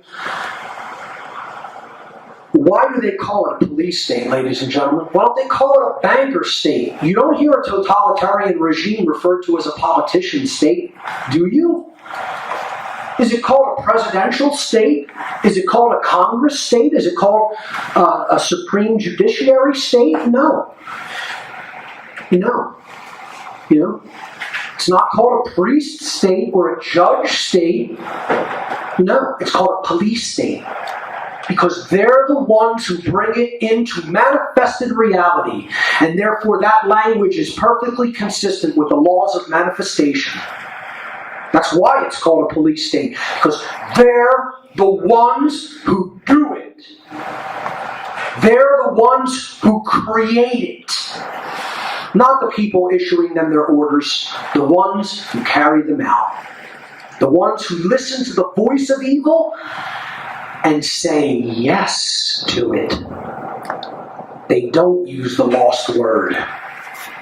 Yep, that's who brings in evil into the world. New Age deception number 9, the false notion of forgiveness. We should forgive everything, and we should forgive people even if they're not sorry for what they've done. 100% unconditional forgiveness. And what they're really saying by this, okay, is never take action to defend yourself when a wrong is being committed and excuse evil endlessly. See, again, standing down, not taking action. You see a repetitive hallmark of this religion. Okay? And yes, they do teach this, and so does almost all other religions. And again, it is a vile, deplorable ideology, pacifism, which is what this is a part of.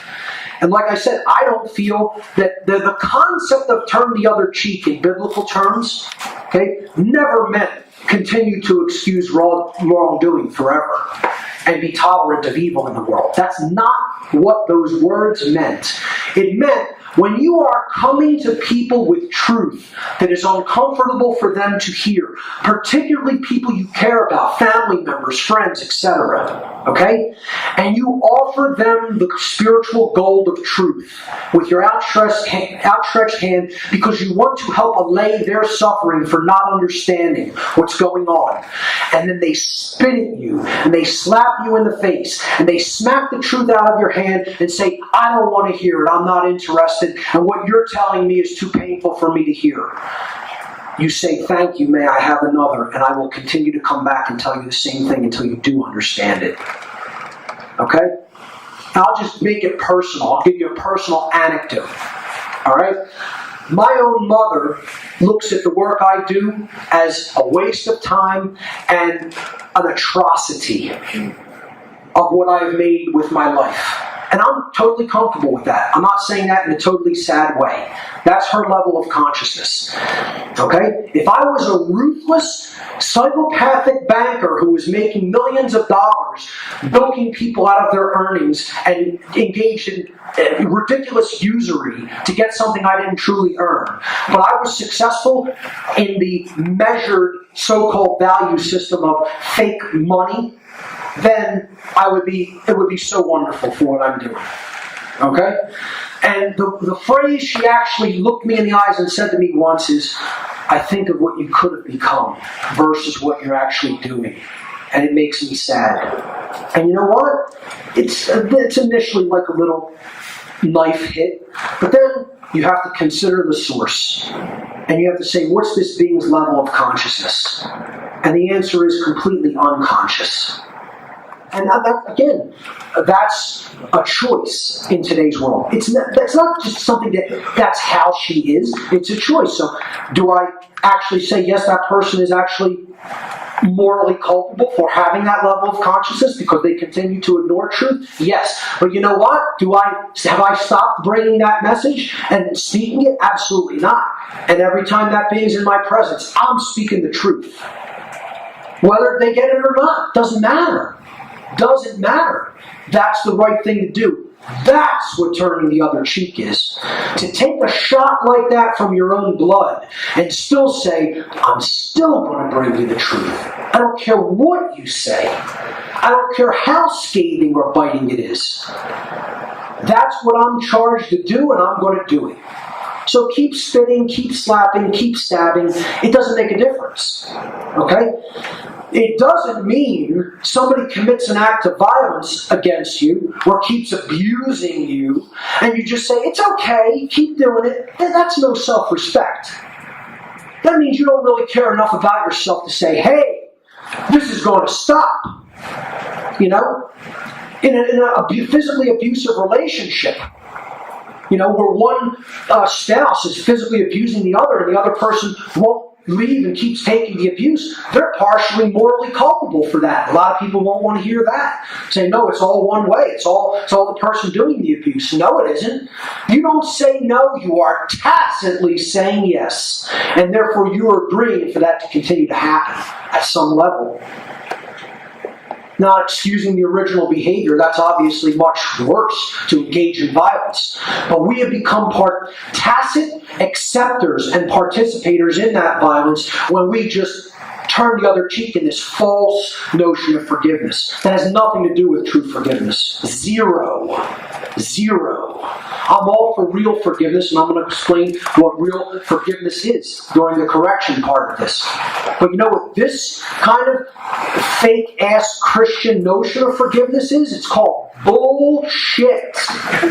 It's called the boot stamping on the face and the person saying, thank you, sir, can you press a little bit harder?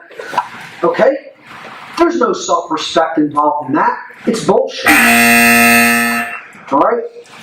That's not what real forgiveness is. Well, what is real forgiveness? Let's look at that. True forgiveness does not mean continuing to excuse the willful commission of wrongdoing an infinite number of times. That is not what true forgiveness is. That is naivete at best and cooperation with evil at worst. Which is what the New Age movement and a lot of false religious teaching teaches. True forgiveness is completely different than the concept of letting go, which is what a lot of people are confusing with this notion of, I should say, that's what unconditional forgiveness is being passed off as. This notion of letting go. That it's only about you and your perception of the events that have happened.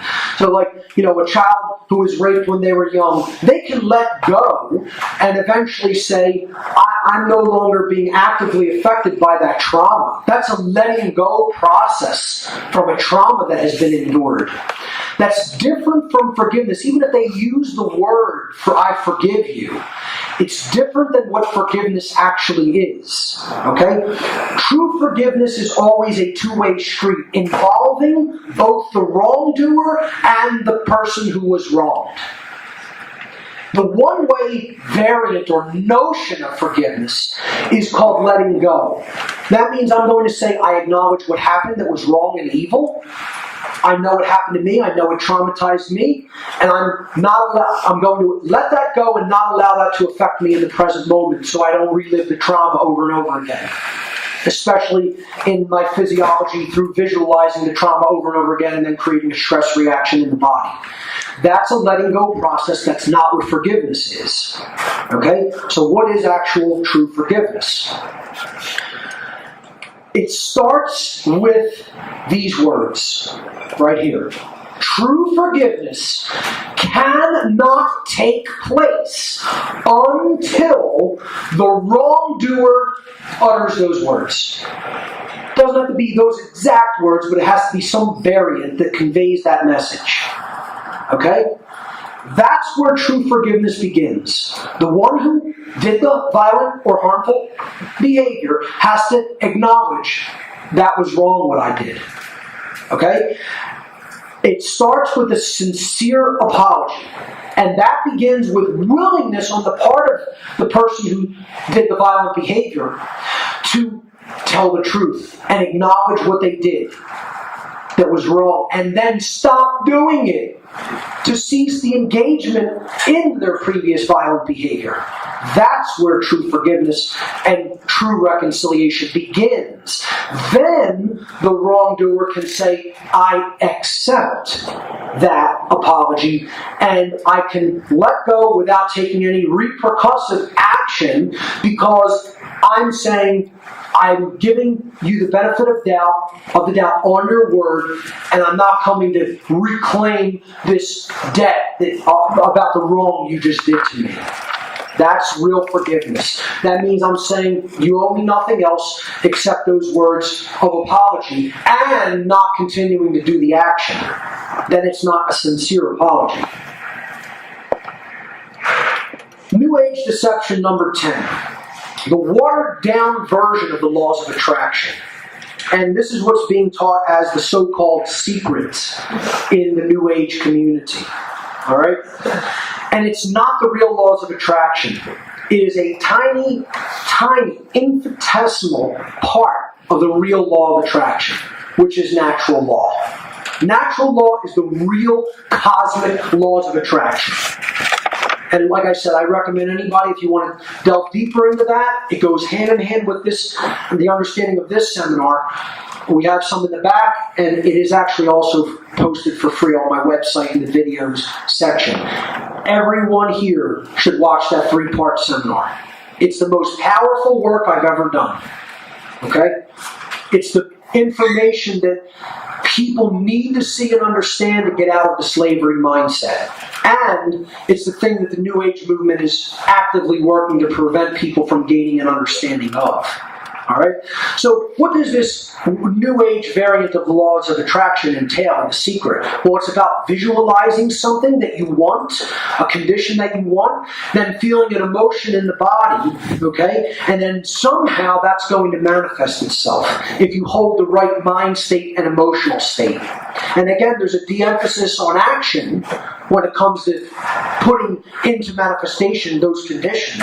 Not only is there a de-emphasis on the active component, the masculine component of action, but it is extremely rooted in the dynamic, the modality of service to self mentality.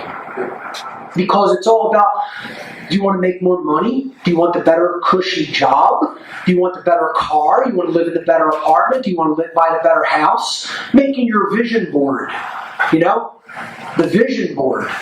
You might have the word peace on there or something, or the word love or a heart or something, but it's all about me, what I am going to get out of it.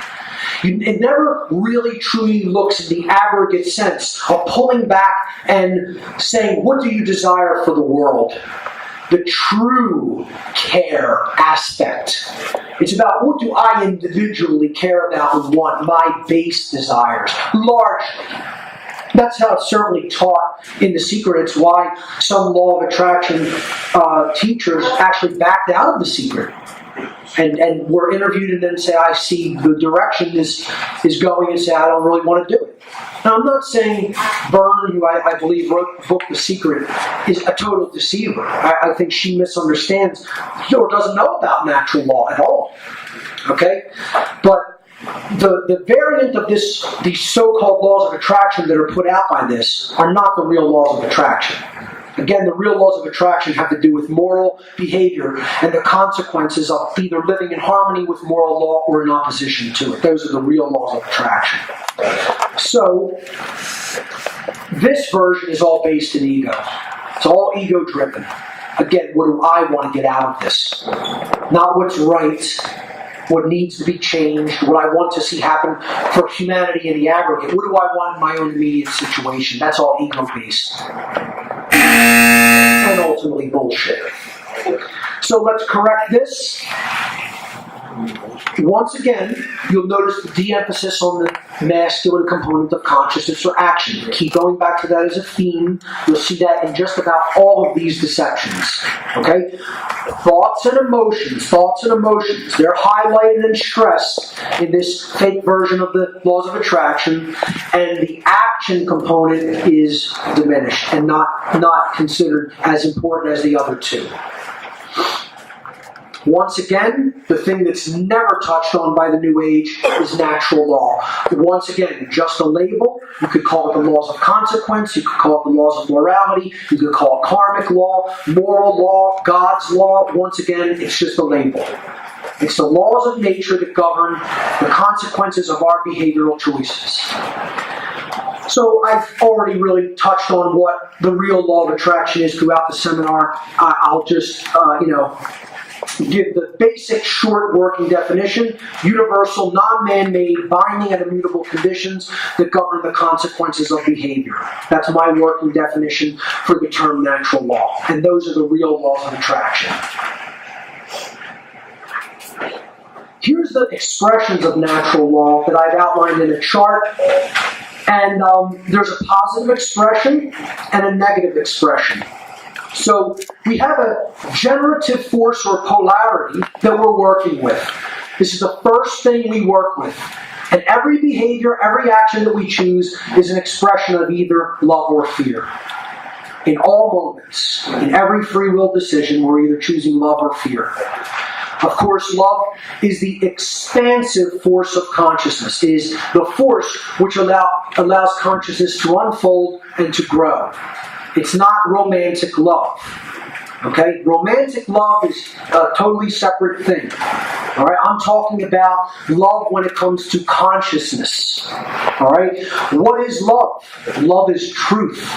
Love is a desire to take truth into oneself and then share it.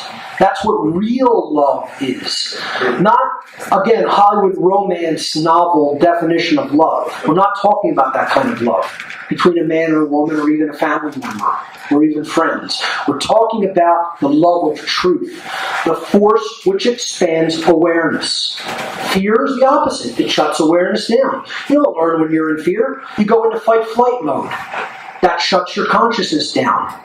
You know, when you're in fear mode, fight-flight mode, what happens in the physiology? Heart starts beating faster. Why? Because if you're going to fight the threat, whether it's a physical threat or a stress reaction, the blood gets pumped into the arms, okay, to fight. If you were going to fight, if you're going to choose the fight response over the flight response, you need your upper extremities hardened so you could beat back the attack. If you're going to flee, the flight response, the blood also pumps to the extremities, the legs, so you can flee and get out of there quicker because the leg muscles need to be reinforced. Okay? That's what stress is. That's why all the blood is in the extremities and it's away from two places that are needed for proper health and proper cognitive function. The blood gets pumped out of the torso where all the internal organs are that regulate the other functions of the body, and it gets pumped away from the brain. That's why we can't think in fight or flight mode or fear. Okay? You're not going to do any higher order thinking in a deep state of fear. Your body is saying you're either going to fight this or you're going to get the hell out. So that's what I mean when I say love and fear. Now, the initial expression when we put one of these to use in the world is either knowledge or ignorance. Again, love is the desire for truth, to take truth into yourself. So when we do that, we become knowledgeable. Knowledge is what I call the initial, and I misspelled that there. I'll correct it when this goes online. I repeated something there, but it's the initial expression, okay? Knowledge is the seeking of truth and then fulfilling that search. Okay? The opposite that's rooted in fear is ignorance. When we ignore what's really there, we are refusing truth. We are saying to the truth, I don't want you. I don't want to admit you in or to receive that which is. Alright? Then something happens inside of us on an individual level. We develop an understanding of the truth of our situation. And we either know that we are sovereign beings. That's the knowledge that we have taken in, and then we have an understanding of what sovereignty is and what it means. I call this the state of internal monarchy. An internal monarch is what a sovereign is. A sovereign means monarch. You look up a dictionary definition, it's not going to say not a slave, which is what it really means. It's going to say it's a monarch, a king or a queen. Well, the king or the queen was the only one who was above rule of another, because they were the ruler. And again, we're all sovereigns, we're all kings and queens. None of us are actual slaves in actual reality. Our condition is one of slavery, but it doesn't mean we are legitimately slaves by our nature. Okay? So, sovereignty is the state of understanding our individual internal monarchy, that we are all monarchs, one rulers. And you know the one thing that we rule, or should be in rulership of, the self. The kingdom of the self is our kingdom as an internal monarch, when we recognize and deeply understand our sovereignty. I rule a kingdom of one, me, myself, and I. My thoughts, my emotions, my actions, those are the expressions of that kingdom of one. And I don't rule anybody else, and I don't have the right to rule anybody else. Okay? When we don't understand that, because we're in a state of fear and ignorance, we are in a state of confusion internally.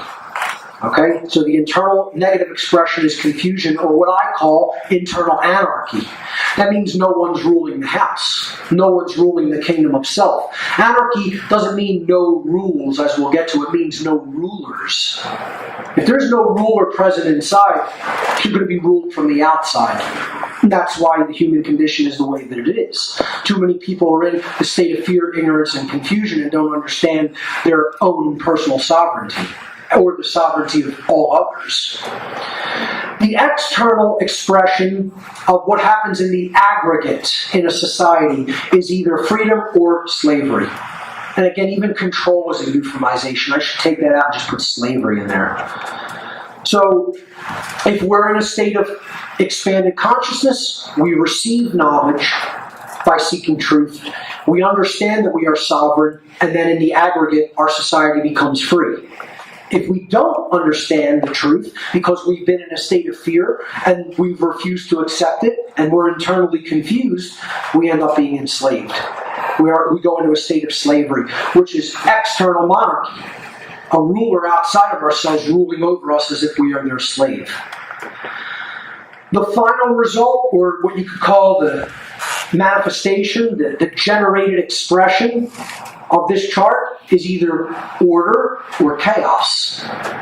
So what we've just described there, the expanded force of consciousness, being open to that, taking in knowledge by seeking truth, understanding our own sovereignty, the external expression throughout the society, the aggregate of all the beings in the society is freedom. That's order, or what we generally have called everything that we want, or goodness. Okay? The opposite manifestation, if we are in a state of fear, total ignorance results, we refuse the truth, we don't understand our sovereignty, we go into a state of internal confusion. This whole society ends up enslaved. As a result, that's evil or chaos. That's the real laws of attraction in a nutshell. That's natural law in a nutshell right there. Understand these are unilateral. You cannot cross over to the chart. If you start in love, you can't get ignorance. When you start in fear, you can't get knowledge. Okay? Being in a state of internal confusion does not result in freedom. Can't cross over on the chart. They go in one direction only. Okay? Which is why it's a very difficult cycle to break. What understanding natural law is service to truth. It goes beyond service to self, which is the fake New Age law of attraction, what it's rooted in. And it even goes beyond service to others. I tell people, I don't teach natural law because I love human beings.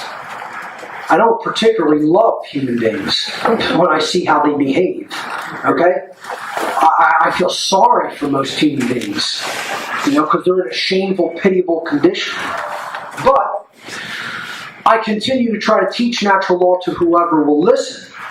Not because I so care about human beings, because I care about truth. And that is who I serve. That is what I serve.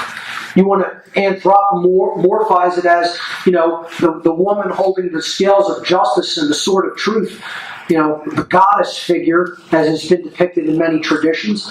Think of it like that. It's just a symbol. I call truth a her.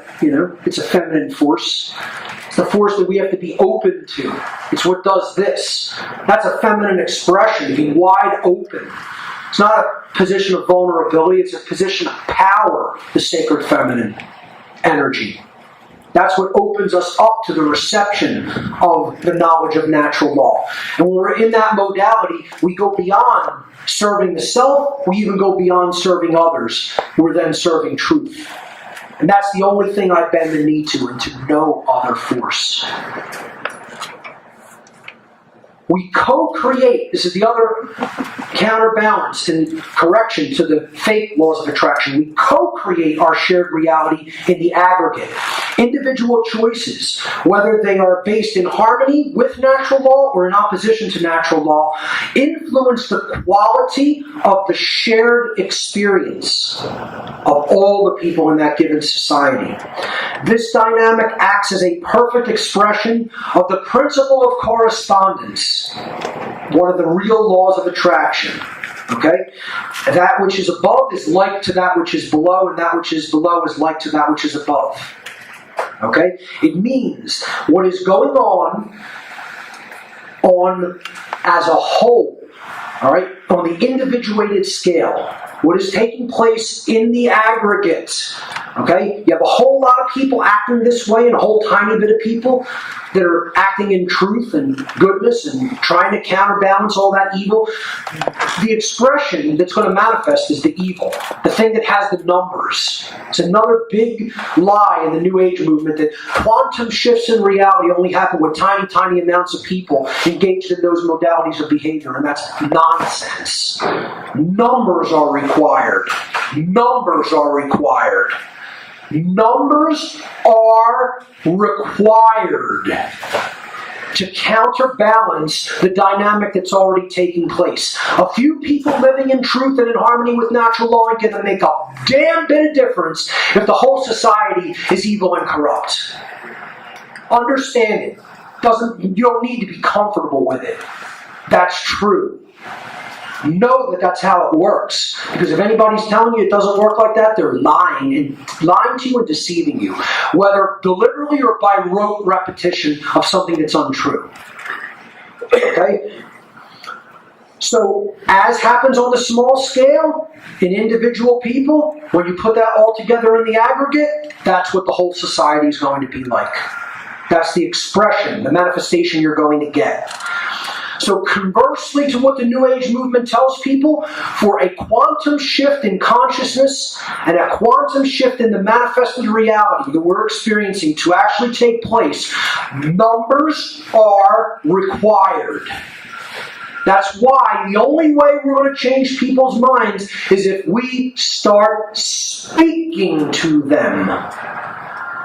You can't just say, I get it and that's okay and it's all right because I'm okay. It is our responsibility to teach others who are ignorant if we are in a position of knowledge. New Age deception number 11. Chaos should be feared. It's always a terrible, bad thing. Now, I just told you that the real expression of chaos is the negative expression of natural law, negative manifestation. That doesn't mean that there is no role for chaos. However, let's temper this from the very beginning. That doesn't mean you should say, let it all go to shit. Okay? And let's just have chaos constantly. That's extreme imbalance. What I'm saying is fear of failure, fear of something going wrong, fear of something happening that is harmful or is something that hurts you, and you fall, you've made a mistake and you experience the result of making that mistake, is not something that should constantly be feared, so that we want to sanitize everything. That's what this culture has become like. We want to sanitize everything and bring it all down to the level of a baby. Now what you're doing is you're ensuring no one can ever really learn how not to do something when you do that. Okay? So this fear of chaos needs to go if we're going to be free. And again, that's what the control system is all about through the propaganda media. They want to constantly pump all the things you should be afraid of. See, when I talk about the negative, I don't sit there and tell you you should be deeply afraid about this. It's not fear porn, it's not fear-mongering. It's what's actually taking place that you need to be aware of and get streetwise about. Then you need to get involved in changing the dynamic through knowledge, through knowing what the causal factor that led to that condition is, and then reversing it. That's how you add a different polarity. I tell people it's like, drying clothes, right? You put your clothes in the washer and they're soaking wet when you take them out. Are you going to dry them by pouring more water on them? No. Only an insane person would think so. You have to add the opposite polarity. So, are you going to possibly be able to create freedom by remaining in a state of fear? Even the fear of chaos, it's not possible. Because we saw what fear does. Understanding why chaos gets manifested is different than being afraid of it. I'm not afraid of chaos, because I know the underlying causal reasons of how it gets created. Okay? It may still be created because a lot of other people are still in ignorance of those laws of manifestation. That means all I can do is try to teach people how it gets made. That's the only way I can try to avert it, is to bring them that knowledge. I can't make them take it. They have to want it. And I'm telling you, we need to be the carriers of that knowledge, whether people want to hear it or not. That is a masculine principle of getting involved and taking the truth to others, as we're going to come to. The fear of chaos is bullshit and needs to be shed. Okay? Let's correct this deception of, hey, we should be in constant fear of chaotic results or consequences. In the ancient world, there was a concept that was taught of the two teachers. And again, names aren't as important. Okay? The concept is what's important. Two feminine teachers. Two goddesses, actually. You had the goddess of truth, justice, natural law, morality, the understanding of the difference between right and wrong, the sword of truth, the scales of justice, all of that. Okay? She was called a million different things. The name is not important. You could get into Diana in the Roman tradition. You can get into Ma'at in the ancient Egyptian tradition. Semiramis in the Sumerian and Babylonian traditions. Doesn't matter what the name was. In the I believe it was the Upper Egyptian tradition, she was called Isis. Okay, she was a goddess again who nurtured the masculine dynamic of right action, because she was the spiritual knowledge, and she was the non-aggression principle, the sacred feminine. Beautiful conceptual idea, beautifully symbolically portrayed. We have to understand, not a real individual, okay? A symbolic goddess, okay? She's almost always depicted in green, and she was almost always depicted as holding the child that she bore into the world, which was right action, as gold. So you see the green hue for the goddess and the golden hue for the child, the golden child of right action.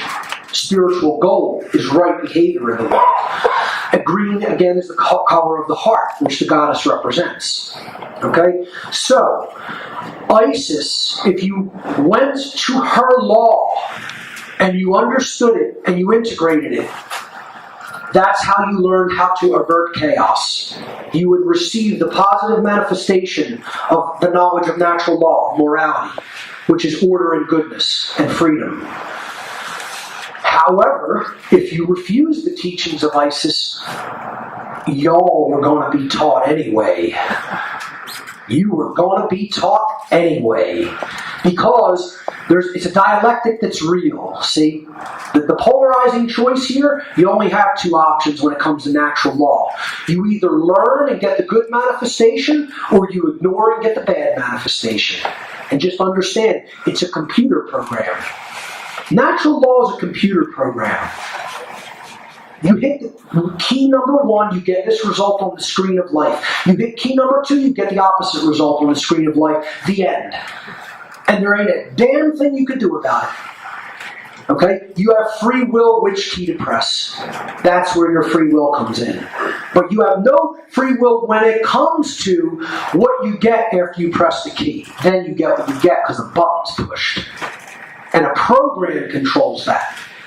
Nobody wants to look at it that way. That God is law. Period. And it's unwavering. It works that way 100% of the time, flawlessly. So, what there's nothing wrong with is the way these laws of manifestation are working. Zero. Perfection. Absolute perfection. What's wrong is us. We're the retarded child that keeps putting its hand on the stove and burning it endlessly. Unfortunately. We don't want to learn from Isis. So we will learn from Eris. And Eris is a damn good teacher. I love Eris just as much as Isis. I love them both equally. There's nothing to fear from Eris. You just have to understand, it's a computer program. It works the same way, flawlessly, 100% of the time, at all times and places. So Eris was the goddess of chaos, pain, and disorder. Okay? She was called by other names. Greek tradition, Discordia was one of her manifestations. You had a slightly masculine version in the older Egyptian kingdom tradition. It was a crocodile being. It was Amit, okay, a chaotic god. But Eris was probably her best known incarnation, all right, in the ancient world.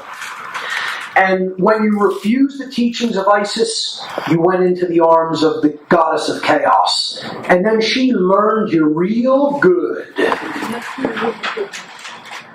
Again, chaos is not something that should be feared. It is a teacher. It is how we learn what not to do. Again, let me temper this by saying that doesn't mean you want to go into the dynamic of chaos and stay there in a trap where you continue to do the wrong thing over and over again endlessly. You know what that's called?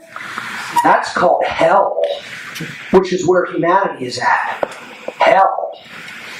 Okay? A place with infinite potential that could become the kingdom of heaven. We've turned it into hell. We've turned it into a prison. The creator of the universe says, hey, here's a construct. You're going to go into the physical world, free will, you create whatever you want. Whatever you want. Really? Whatever we want? Whatever you want. Anything. Anything's possible. Anything's possible. What do you want to create? Let's create a prison. Let's create hell. Let's create a prison. And let's go in there and keep doing the same thing over and over and over and over and over and over and over again. Yeah, it sounds like a great idea. You know? That's madness. That's extremity. Imbalanced extremity. Not learning from chaos is what the extreme is. You know, I tell this little anecdote. A cousin of mine put his hand right on a hot stove after it was warm. That stove is hot. You can't see a physical thing, but you see the color because it was one of those electric stoves. Barb was cooking some eggs in a pan. She moved the pan for a second to take it off the flame, to go get some peppers to put in. He comes along. His parents are still sleeping. They were staying at the house we were at. She says, he goes, what's that? It's a very, very hot stove. Don't go near it. you'll get burned. He's like 7 years old, something like that. Never was burned in his life. Didn't even know what she really meant by the experience of being burned. So he wanted to find out. And he found out. Luckily not too bad, but he found out with second-degree burns on a couple of his fingers that blistered up. Almost third, not quite, but, when you start getting charred flesh, that's third. It was definitely second-degree burns. Real red and blistered skin. Okay? He won't touch that stove again, though. The lesson was learned, right? Through pain. That's the role of chaos. If we don't learn the lesson, then we haven't integrated the understanding of what chaos is for, and we're stuck in an extremity of repeating chaos and getting chaotic results over and over again through our ignorance. That's out of control and balance. I'm not telling you that kind of chaos is anything that should be desired.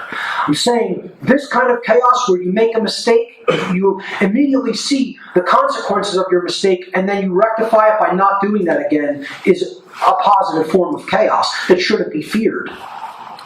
And unfortunately, most people think that we have to stay in a system of slavery to somehow prevent chaos from manifesting, when in fact, it's impossible to do that, because chaos and slavery are the same thing.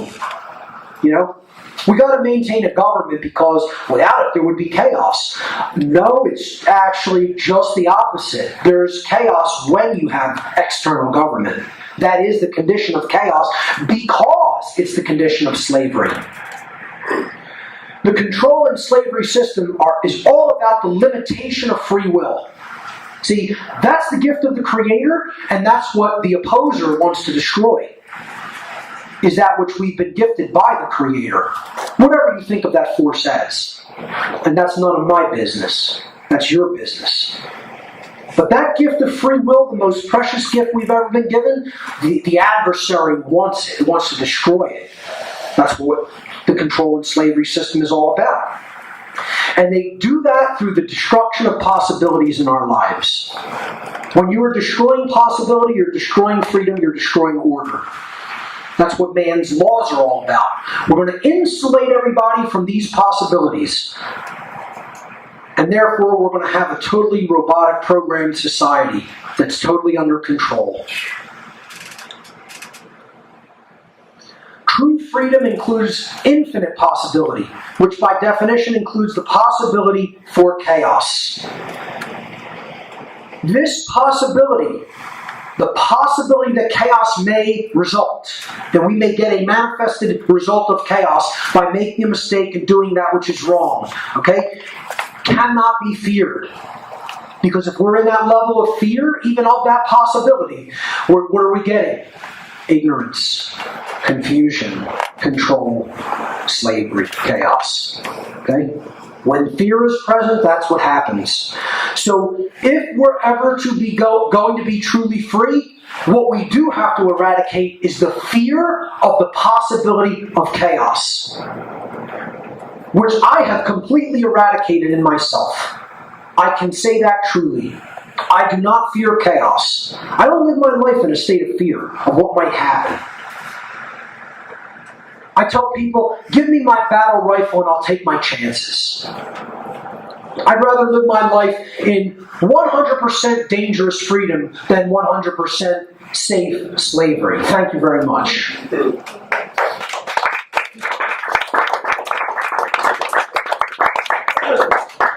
We've got to shed that fear of chaos if we're going to be truly free. I say embrace chaos.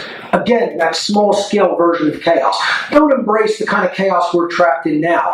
Endlessly repeating cycles that, we don't learn from. That's high-level cosmic chaos, which is really rebellion against all of creation, to be honest.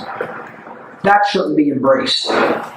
We have to embrace the possibility that small levels of chaos could happen at a low level within society, because we're free to, do what we want and even experiment and make mistakes. That has to be understood. Then we learn from the mistakes and we don't repeat them.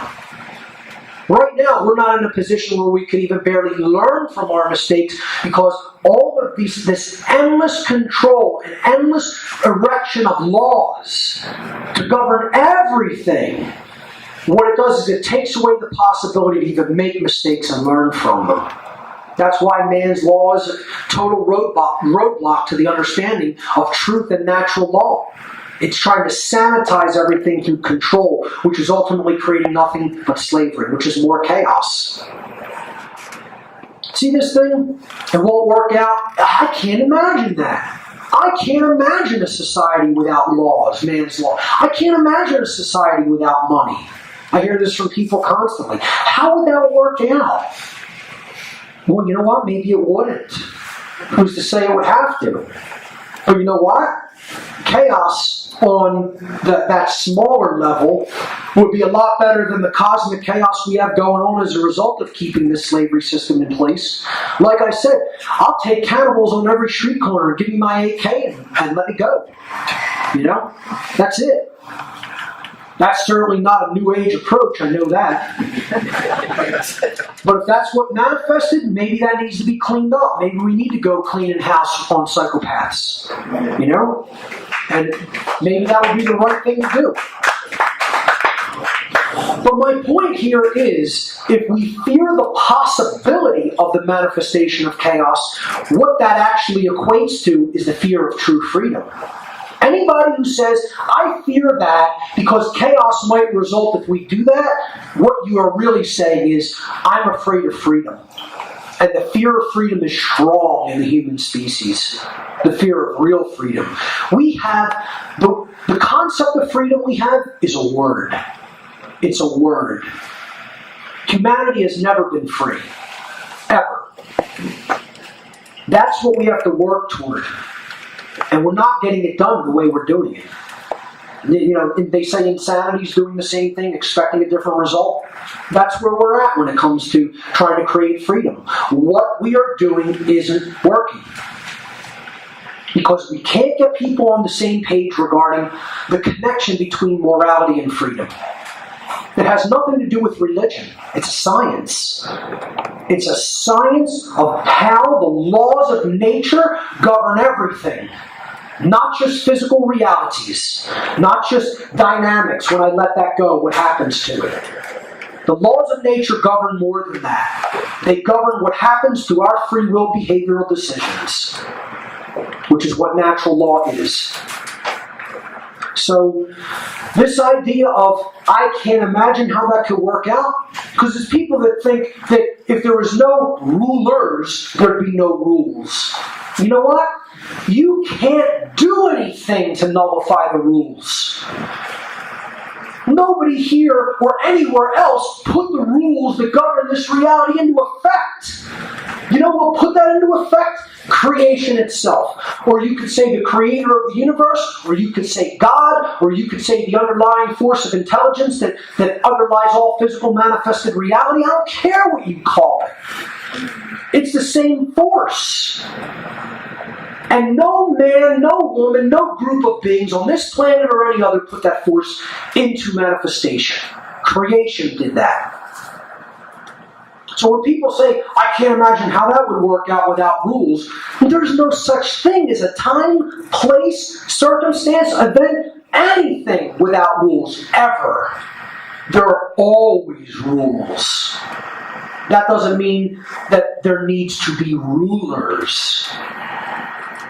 Rules being in effect that govern things according to natural laws are 100% different than having people who rule over other people. We're talking about two totally different worlds here. The natural kind of rules is what creates and governs order if we live in harmony with them. The other kind, man's rules, only create slavery. Because they're based in moral relativism. They're based on likes, preferences, whims of the legislators. They're not really based on what's right and true. You know, people want to believe that they are, but then you just look at the inherent contradictions. You know, how could I own a high-capacity magazine, okay, and I literally go 2 miles to the east of my present location, and I could be thrown in a cage for a physical possession. Somebody could say, that's moral on this side of this imaginary line, called a border, called a state border. You go 2 miles in this direction, we throw you in a cage for the same behavior. You know? Yeah. That's not moral relativism, though. That's not Satanism. Don't worry about it. Yeah. Man's law is Satanism because it's based in moral relativism. And moral relativism is the main ideological tenet of Satanism. We live in a satanic society. What this really means, folks, is the death of the imagination. The force from which enlightenment only can burst forth. The philosopher's stone comes from the human imagination. You can't solve any problem if you cannot envision the problem going away. Until you can envision, yes, it is possible for me to create something different, and I have to envision that, and I have to imagine it. Then I need to do what's required to put that manifestation in place. And guess what? Not only aren't you going to make that manifestation that you say you want come into being, it can't come into being. It can't manifest. It's impossible. And that's what you're doing when you mentally say to yourself, I can't imagine how that's going to work. You know what you do? You ensure that it can't ever occur.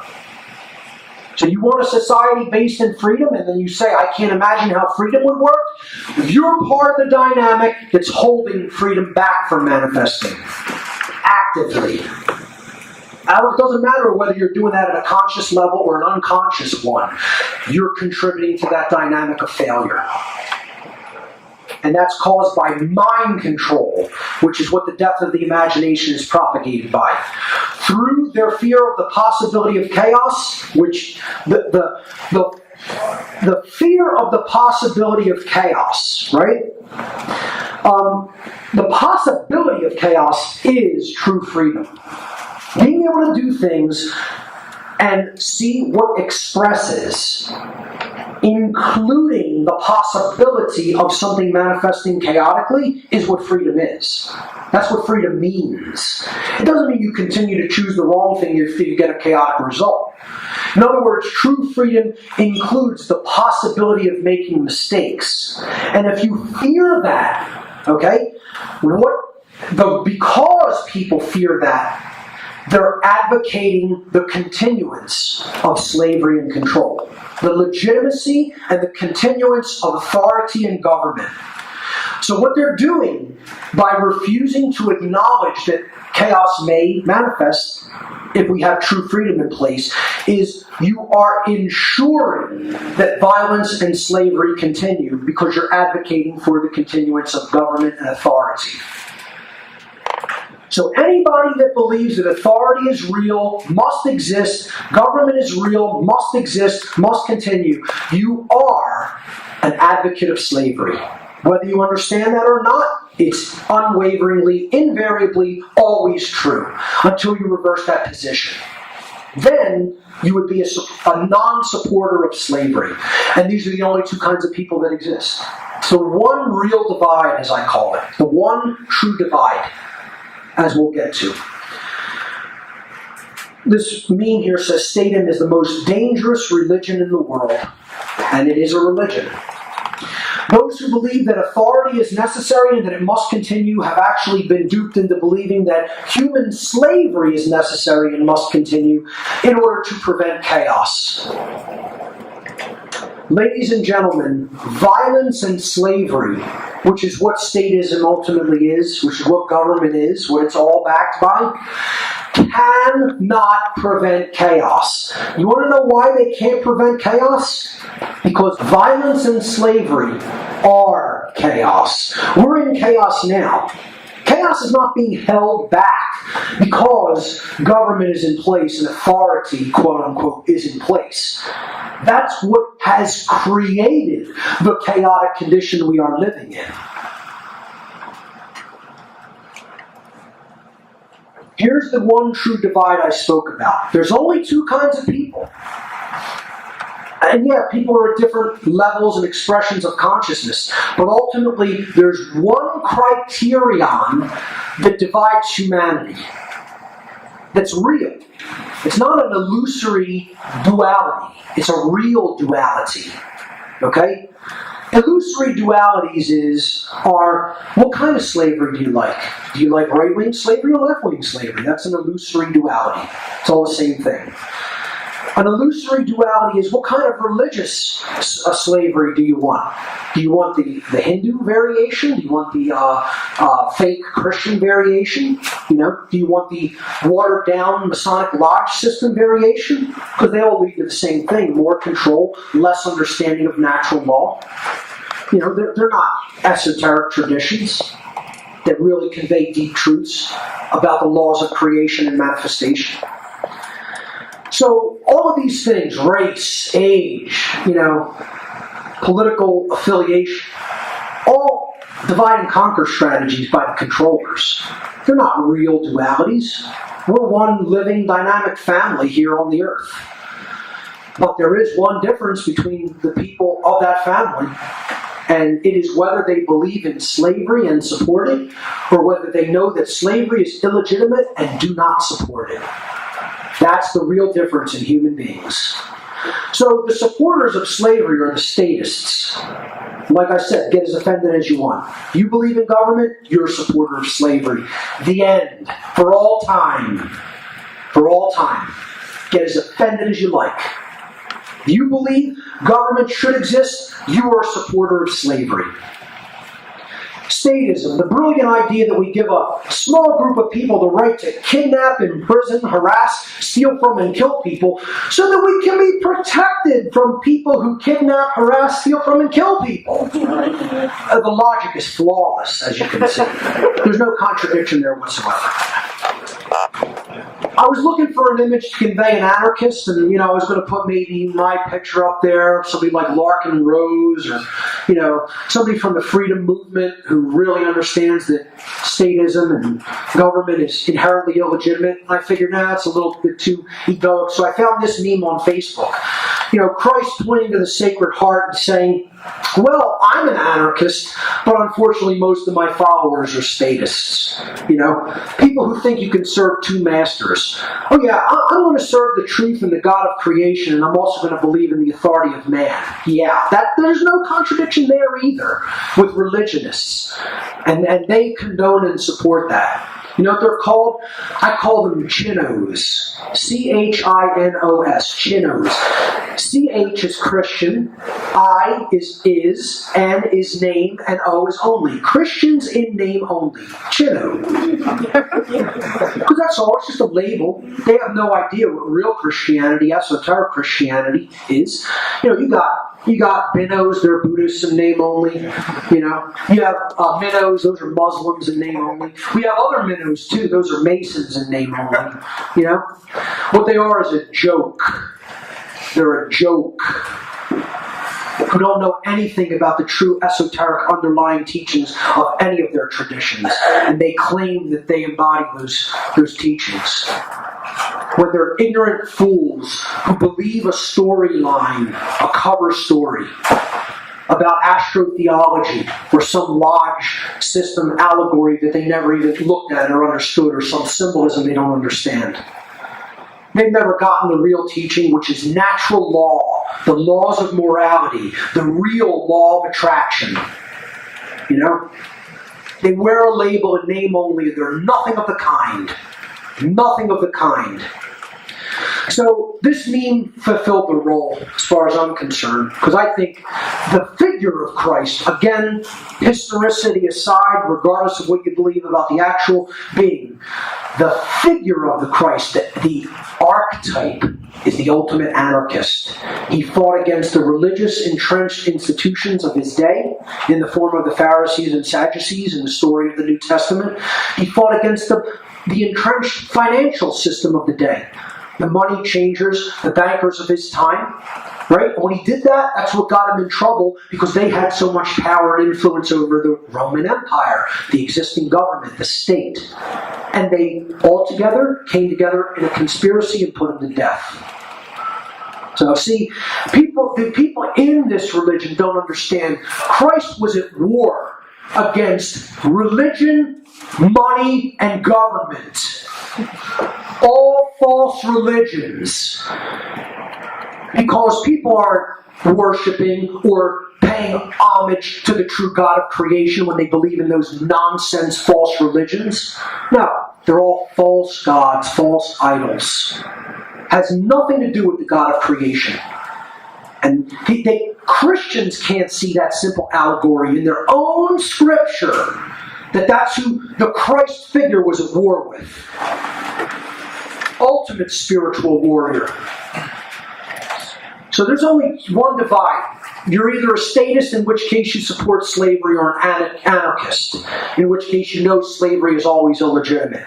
I'm going to explain the term anarchy, because most people hear it and are like, oh, doesn't that mean chaos? No, that's called mind control, ladies and gentlemen. It's called mind control through the obfuscation of the meaning of a word through endless repetition. If I keep telling you, this is a hammer, this is a hammer, this is a hammer, this is a hammer, and it's really a remote control. If I tell you that from the minute you're born, you start believing this is a hammer after you're able to speak. I teach a baby, this device, hammer, hammer, hammer. That baby's going to eventually grow up thinking this is a goddamn hammer. That's what they've done with the word anarchy, to convince you that it means chaos, because you don't know where words came from. Look, people really need to go get a Latin reader, a Latin dictionary. Go on Amazon, get a Latin reader, get a Greek reader, study the Greek alphabet. You'll start transliterating with it, learning the sounds. I took years of Latin and Greek, and it's the best education I've ever gotten. Because if you don't know the meaning of the words you speak, somebody can tell you that they mean something that means absolutely nothing what they really do. And that's what they've done with the word anarchy. The word anarchy comes from Greek. The Greek prefix a or an means without, the absence of, or the negation of. Similar to ne in Latin. Okay? And the Greek noun archon, which means ruler or master. As in, ruler over subjects or masters over slaves. In that context. Not a self-master, a self-governing being, no. Archon meant, I rule you. You are my property. I'm the archon. I'm the master. And you are my slave. That's what the archon means in Greek. Okay? Anarchy, when you put those together, an archon means without ruler or rulers. Now, if I wrote on a chalkboard, no rulers, no masters, no rulers over anybody else. Let's say I wrote those phrases on a chalkboard. I said, go up there and you write one word that defines that in one word. 99.9% of people will go up and write the word freedom on the board. Word association game. But then if I write the word anarchy, which is what that phrase means, okay, they write down the word chaos. They've tried to convince you that without masters or rulers, chaos results. And what I'm trying to tell you is it's exactly the opposite. With masters and rulers, you're in a state of chaos already. Because that's called slavery, and slavery is chaos. And slavery is always illegitimate and always morally wrong and needs to be ended. Anarchy does not mean without rules. There is no such thing as a state of existence without rules, because natural law is always in effect and can never be changed by any 3D being in this entire universe. There are always rules, and there always will be. And man is not the lawmaker. He is not the maker of rules. The Creator is the maker of rules. And we believe we are that force. As a people. We believe our law is somehow binding and just when it's enslaving and based in moral relativism. And that's what the satanic force wants to do. It wants to be God. That's what we're up against. Psychopaths who want to be God. Okay? Make no mistake about it. So, anarchy doesn't mean without rules, it means without rulers, without masters. That's what the word actually means. No rulers, no masters, or in other words, real freedom. True freedom is anarchy, the state of not being ruled, not being enslaved. I like to call it anarchony, because the whole word archon's in that. And that means the negation of the archons. The archons are illegitimate. Rulers are illegitimate. Masters over other people are illegitimate. Anarchony means you've eradicated that condition. But even that's a euphemism. We could call the statist the archonist, the one who believes in the masters, believes that masters legitimately rule over their slaves, right? And we could call the anarchist the anarchonist, right? Strange words, I know. Most people have never seen words written like that. But really, that describes what these people are in this one true divide. But see, even those are euphemisms. To really cut through the bullshit and say what these people really are, I just like to word it like this. These people support slavery. These people oppose slavery. I proudly consider myself an opposer of all forms of slavery. When people ask me, what do you do? What's your website about? I don't tell them, it's all about consciousness, natural law, the laws of morality. No, because they get glassy-eyed, they shut down. I say, my website is about slavery and how to end it. And then I get their attention. Because that's what it's about. Bridging the divide. To all the anarchists, to all the statists, to all the supporters of slavery in this world, thank you. I have one thing to say. I, for one, will willingly choose true freedom, even if it meant that roads may no longer exist. The Rhodes crowd, right? Even if roads don't exist in a post-slavery world, even if it means that murderers and cannibals might lurk around every corner, even if it means I might drown in human waste because there'd be no sanitation, even if it meant my home might collapse because of unsafe building standards, or that it might spontaneously burst into flame at any given moment, hey, how about there's cannibals lurking around every street corner? Okay? Even if my home burst into flame, nobody came to put out the fire. That's all right. I'll choose true freedom. Thank you. I'll choose to live in total danger and be truly free than to exist in so-called safety and be a slave. An understanding and acceptance of true freedom means letting go of the fear of the possibility of chaos. As long as people stubbornly cling to this fear, they're ultimately enslaving themselves because slavery is generated and perpetuated through fear, as we saw in the natural law expressions. Only when we stop being afraid can we even begin to imagine what it means to truly be free. New Age Deception 12, all you need is love. And I took a little pot shot at the Beatles and Nothing is Real, the section on Everything's an Illusion. Strawberry Fields, Nothing is Real. Taking another one here with All You Need is Love, because it's not true. Not in the sense that a lot of these people are using this term, which equates to the romantic notion of love, or even the familial or platonic version of love, which isn't how I'm defining love in my work. I'm defining it as the force which expands consciousness to accept truth. Love and truth are one.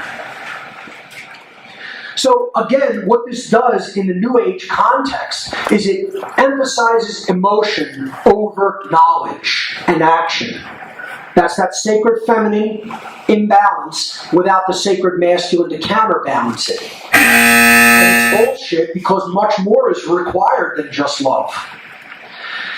Namely, things like knowledge, courage, willpower, persistence, deep understanding of causal factors. No, you don't hear the New Age movement talking about those. Just emotional, heart-based qualities. which are very important and are not to be de-emphasized, but they have to be balanced with the head and the guts. There's 3 centers that create change. The heart is very important, probably the most important, but the mind and the courage centers are 2 equally important components. Moving toward the extremes of either polarity, of either intellect, which is left brain imbalance, or emotion, which is right brain imbalance, can act as a divisive force which holds us back from true care and right action. We must engage our willpower at an individual level to unite these 2 seemingly polarizing forces, the head and the heart. When we do that, that's when real courage and right action are born. See, you got to look at it as a seesaw. You know, this balance needs to be struck. You can't have an imbalance one way or another, or you're going to fall into either master think or slave think. Knowledge, courage, willpower, and right action, in addition to true care, must be equal, balanced parts of the equation of higher consciousness. We have to bring them together to unite them. That's when real courage to change the world is born, as embodied by a single individual willing to stand in front of a row of tanks because of the injustices that were taking place. You know? There's a role model. There's an example. That's the heart and the head combined that gives birth to that kind of action. That's called knowing what's going on and caring. Deception number 13, enlightenment is only about changing yourself. One of my biggest pet peeves in the whole New Age community. It's all about just individually in changing yourself. Once you change yourself, that's enlightenment and it's okay. Well, enlightenment's a shared experience, ladies and gentlemen. Your own little pinpoint of light isn't going to do so well if the whole world's full of darkness. So it is our shared responsibility to educate our fellow man. See, and the end goal of enlightenment should be to feel good all the time. That's what I call feel-good spirituality. There's nothing balanced, there's nothing tempered. It's all about, I'm going to live for my deepest desires and try to live the best personal fulfillment possible about what I want to achieve and what I want to get and what I want to own. People think that's enlightenment somehow. You know? It's not about service to self. It's not about feeling good. The most enlightened people in this world right now don't feel very good about what they see, about what is happening. You know, you're probably much more likely to be an enlightened person if you're pretty damn upset about what's going on here on Earth right now. Just worrying about yourself and thinking that enlightenment's only about you and what you want to get out of things is bullshit. It's not what real enlightenment's about, folks.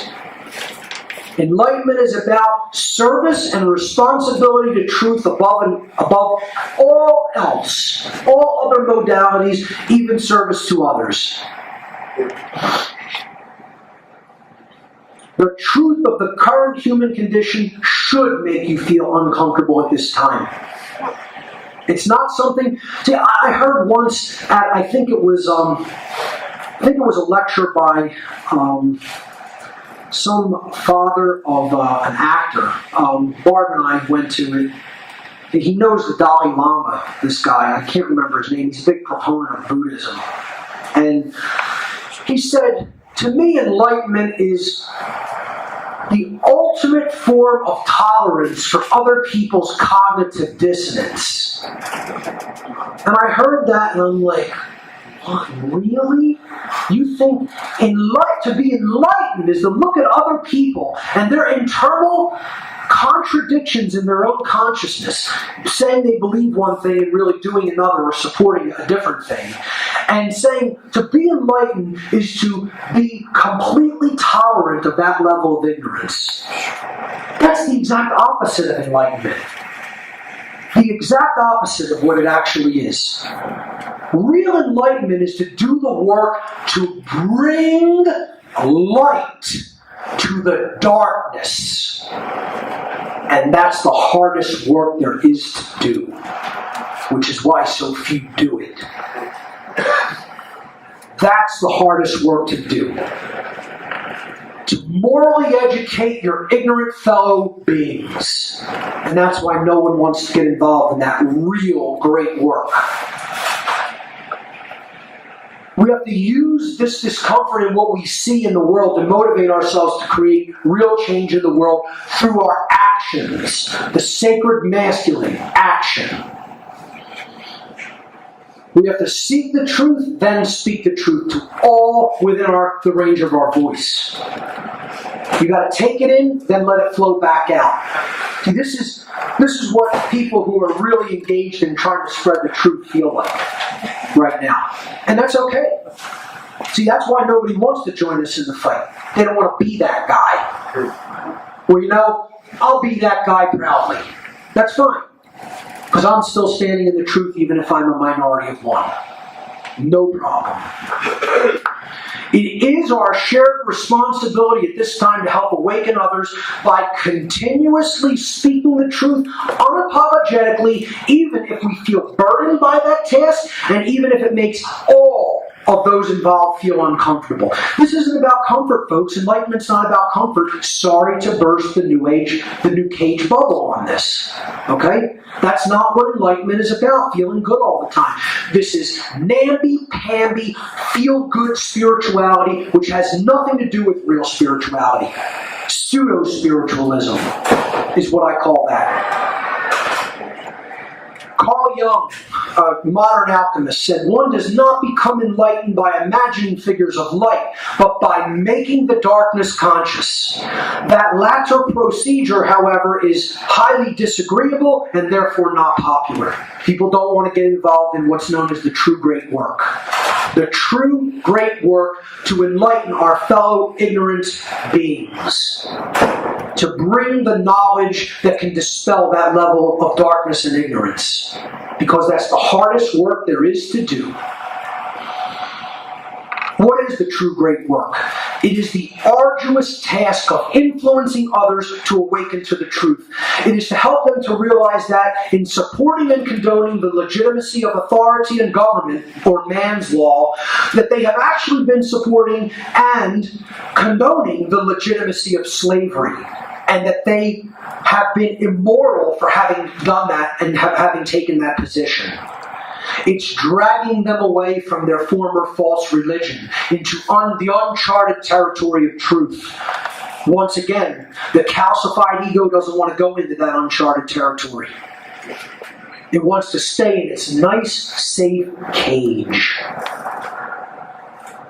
In short, what the true great work comes down to is to help people to abandon their false religions, the erroneous and dogmatic belief systems which hold back the progress of human consciousness by impeding the reception of truth and natural law, which is what all religion is there to do.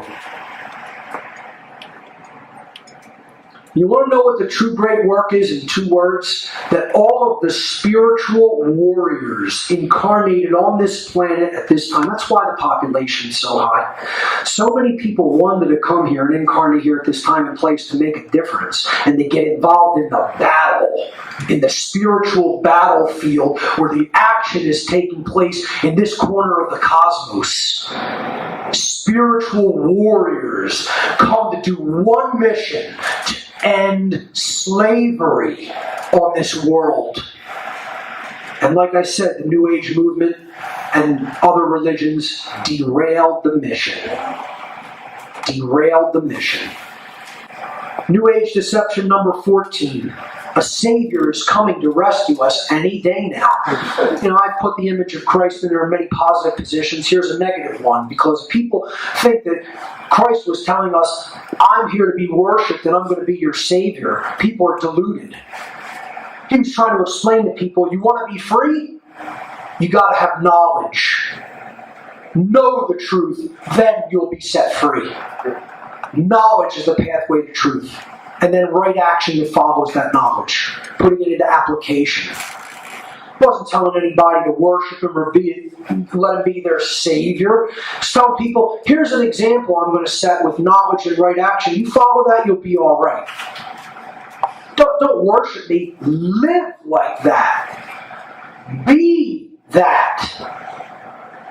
Be it. then freedom will follow organically. Savior's coming to rescue us any day now, yeah. So here's my question. What Savior is your flavor? You like chocolate, vanilla, strawberry, butter pecan? You know? Which flavor do you like? Oh, we got lots. We have so many. So many to choose from. You know, we have Christ. We have Buddha, of course. We have Horus. There's Horus, the Egyptian sun god savior, yeah. After which the Christ astrotheology myth was patterned. 2,000 years older than Christ, but all the same story, the whole same story, you know. Oh, we have Mithra, the Mithraic tradition of Persia, the sun king who conquers the bull. Absolute, great choice, great flavor there. Oh, how about Kukulkan of the Mayan tradition? What about Lord Krishna of the Indus Valley coming to rescue us any day? How about Zoroaster of Persia, of the Zoroastrian tradition? You know? Oh, Tammuz of Babylonia, great choice, you know? Oh, maybe you're not a traditional flavor type person. Maybe you want the modern gurus and the modern, New Age teachers. We have the Maharishis, the yogis. We even have the actual total fake variant like Kumari here. You know, great documentary about being the guru yourself. Actually, you know, this guy fakes being a New Age guru, teaches people a whole bunch of bunk they graft onto him like a religion, and then he tells people, I was a fraud. I was just trying to tell you, you need to go within, discover the truth, understand things, be your own leader, be your own guru. You know? And some people love him for it, some people hated him and didn't want to speak to him. But cool documentary. There's my other pot shot at the Beatles. Some people say, oh, they didn't really worship Maharishi or consider him their guru, they just studied under him. Whatever. The whole point is, we don't need people to act as intercessors for us. We need to go and seek this knowledge and take it into ourselves and do something with it in a practical way, with our feet on the ground, balanced. Hey, how about the political saviors? Plenty of people believe in them. They, even their photographers, they take these pictures with some kind of circular object behind their head like a halo, as if they're going to rescue you from our own ignorance. Yeah. Mm-hmm. Two sides of the same coin right there. Anybody that believes otherwise, they're really frauded out. They bought a big one there. Oh, and now we have the extraterrestrial variant for those who are really non-traditional. We got the Pleiadians. They're coming. Their starship's a little late. It's having a problem with the warp drive. Oh, the Syrians. That's a good choice. Yeah. The Arcturians. Yeah, a little farther away, but they're on their way too. And my personal favorite, the Andromedans. Coming in from another galaxy through that wormhole. They're running a little late, but they're going to be here. And hey, listen, if you don't like either of these specific races, then we have things like Ashtar Command. It's a big conglomeration. And of course, ladies and gentlemen, please say it all with me together. The Galactic Federation of Light! Yeah! All right! Yeah. Mm-hmm. Can't wait to get involved now. Can't wait to get involved to rescue an ignorant species from themselves. They can't wait. They're chomping at the bit. They're tripping over themselves. See, that's probably what it is. It's such a race that there's collisions involved with so many of them are trying to get you so fast. That's what it is, really. So it's no fault of their own. They're making this.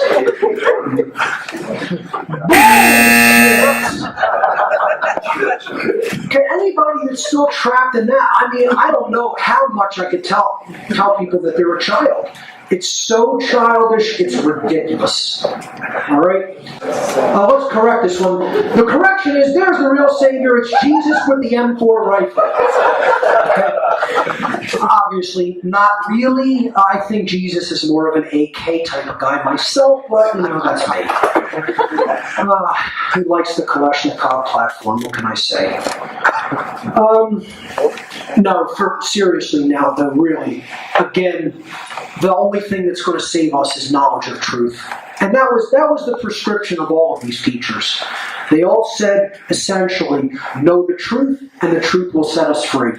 They said, you go into yourself, you bring out the truth that lies within, you let that manifest, and you're going to create order. You don't want to do that deep introspective work of going into the self, doing some deep introspection, doing some deep study, understanding the laws that govern reality. You're going into bondage. The real spiritual teachers taught that same basic message. And that was also a message of natural law. So the answer ultimately does lie within, with our own personal responsibility to choose right action over wrong action through our own enlightenment in understanding the difference between right and wrong behavior. That's what conscience is. Okay? There's the device that's going to show you the Savior, right there. And religionists will get crazy nuts about that. I realize that. Okay? Because they want to all externalize our power. All the power lies right here to create the change that we want to see. It does not involve in externalizing your power to any guru, deity, or extraterrestrial race. Last deception, truth doesn't need to be defended. Okay? You hear this constantly. Just let the truth speak for itself. You don't need to defend it. Utter nonsense, because the truth is barraged on all sides continuously by mind control and by deception everywhere we turn. And you know what, ladies and gentlemen? That voice of deception and mind control is speaking non-stop, 24 hours a day, 7 days a week, 365 and a quarter days a year, perpetually. It never stops. And we're barely getting started. You know? The truth is like this tiny whisper going on in the corner of the room when the big, loud house, PA system is blaring trance music all over the place. You know? The voice of the truth needs to grow a lot louder. A lot louder. That means more people have to step into their courage and start speaking it. We need to make this a bullshit-free zone by confronting people on their bullshit. See, that's the deception. You don't need to defend the truth, so never confront anyone on their bullshit. That in itself is bullshit. In and of itself, that concept is bullshit. Of course truth needs defending. It doesn't have a voice to defend itself. We need to be its voice. We're the vehicles by which the truth operates in the 3D realm. Great meme here by Hodgel, that which can be destroyed by truth should be. Absolutely. Truth is a combative force. It wages war against mind control and deception. That's how I started this seminar. So we're the vehicles for truth if we decide to take up her mantle and wage that spiritual battle. Because the truth is not going to do it by itself. We don't want to do that. It's going to get drowned out.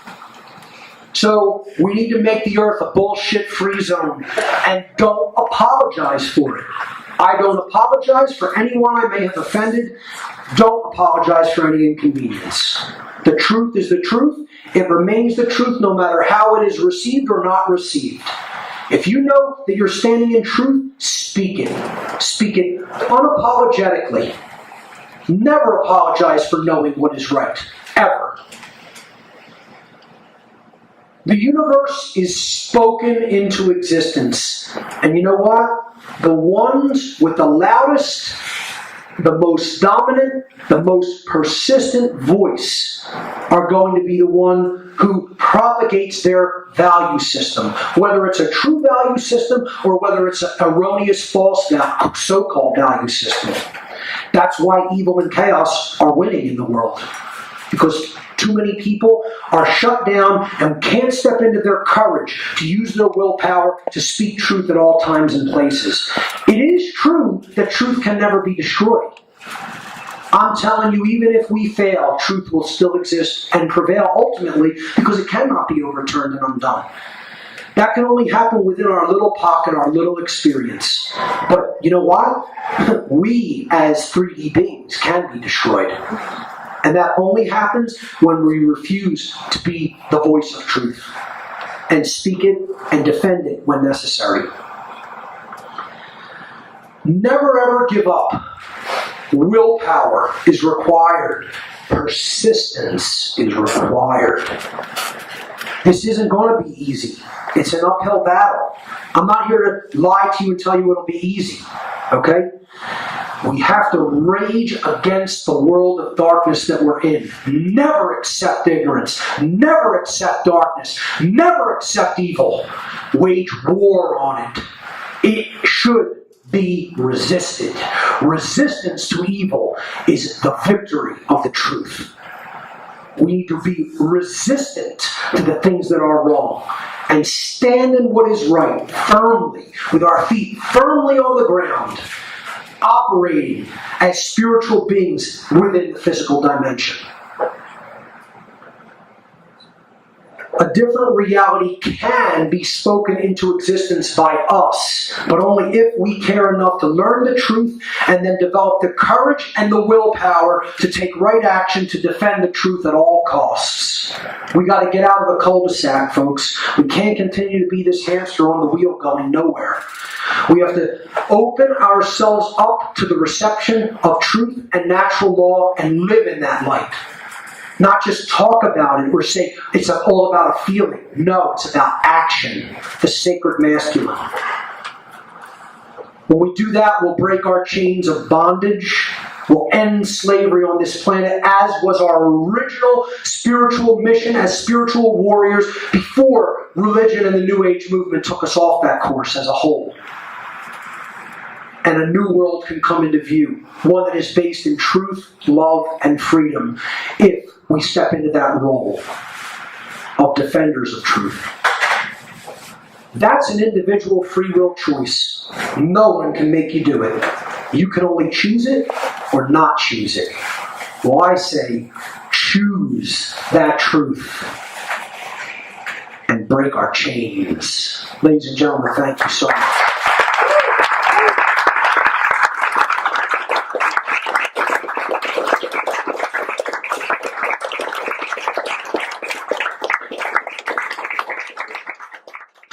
One of the most important aspects of natural law to know deeply and understand and live in your life. But if you throw out the masculine force, the principles of self-defense, and the principles of using willpower to create real change, you're not understanding anything. You know, you're in a state of imbalance, and that is keeping you in the prison. So what this really translates to, folks, it doesn't mean don't react. That's what they're saying. But what the real message underneath is don't act. Don't act. You know, throw out the masculine component of consciousness. It's all about thoughts and emotions, thoughts and emotions, thoughts and emotions. Well, where's the third component of consciousness, which is the child, the sacred child, the byproduct of thoughts and emotions, which is our behavior, our actions in the world? Where's that in the New Age movement? Hardly ever even talked about.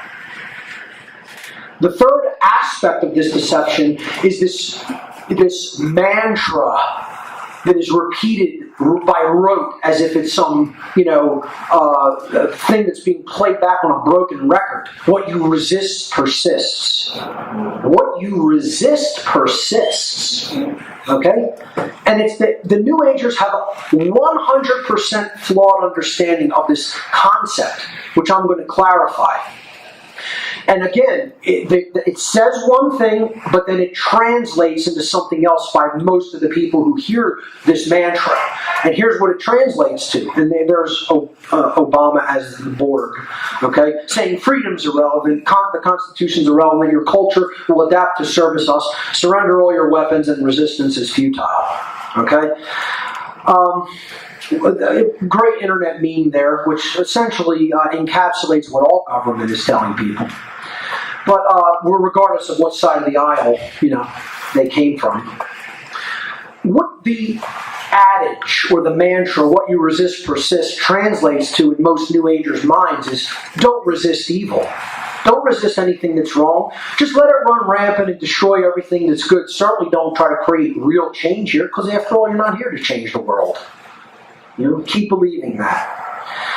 The last and perhaps most important dynamic of this is it's all about no confrontation. You should never call out anybody else on their bullshit, because that's confrontative and combative. That creates an uncomfortable situation. It doesn't matter how evil this person's actions are. Never confront people on their nonsense, and God forbid try to change their perspective on what they're currently doing. No, that's not your business, the New Age community would have you believe.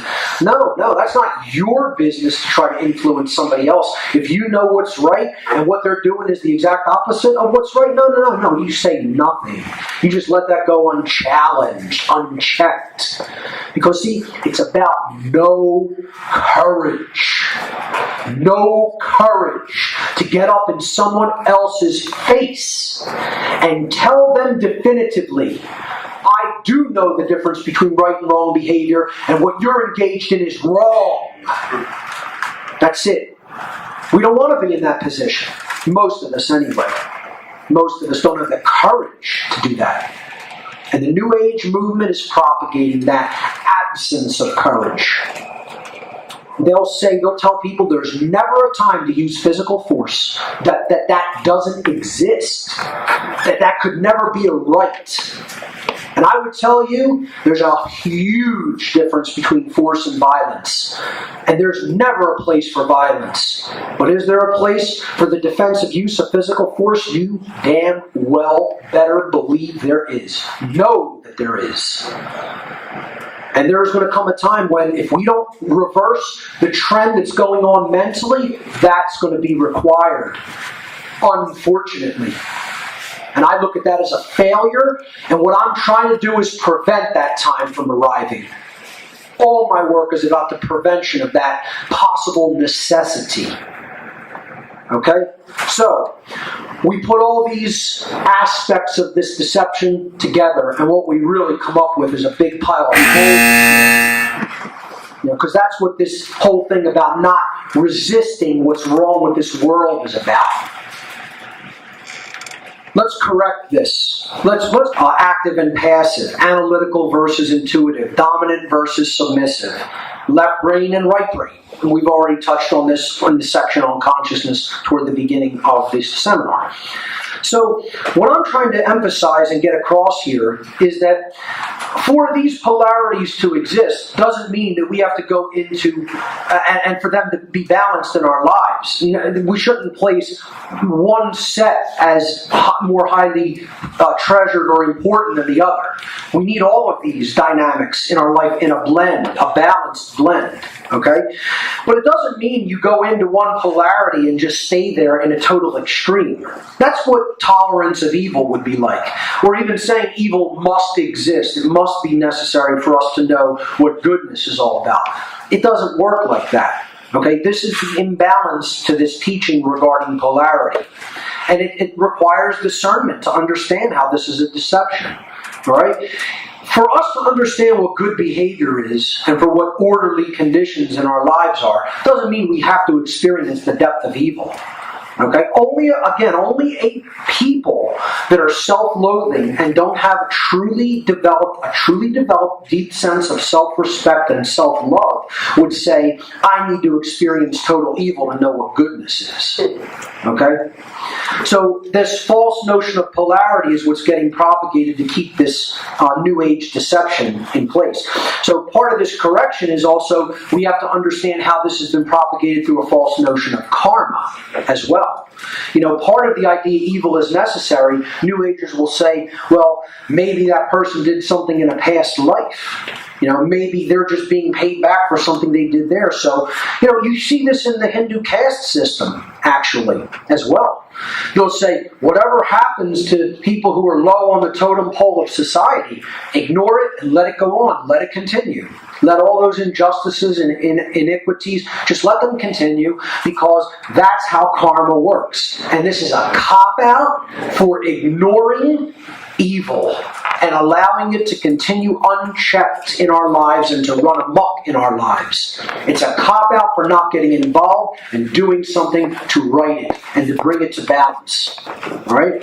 When the child gets abused, okay, that's not karmic debt being piled onto the child's karmic checklist. Okay? That's somebody engaged in evil behavior that they have no right to engage in.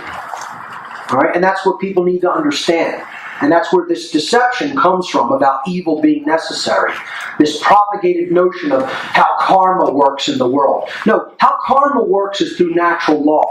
It means you behave immorally and yourself and your society become more enslaved as more people behave like that. You behave morally and you propagate the understanding of true morality, and yourself and your society become more free and orderly. That's how karma works in the aggregate. Not on just an individual level, but on a whole societal level. So the last part of this correction is helping people to understand where this deception came from is through a dismissal of free will, which this could be a deception in and of itself. Okay? The notion that there's no such thing as free will, again, is a hallmark of right-brained imbalance. You think about it. Who are the people who most dismiss the notion of free will? Extreme religionists. Isn't that the case? You know? It isn't the left-brain folks who don't think that people have free will. It's the right-brain imbalanced folks out there who think there's no such thing as free will because God makes every single event in creation happen. And it's all preordained. That's a religious notion, the dismissal of free will. And I'm telling you firsthand, people who I consider friends, actually, have come up to me, who are very new agey in their worldview, and have looked me dead in the eyes and said there is no such thing as free will.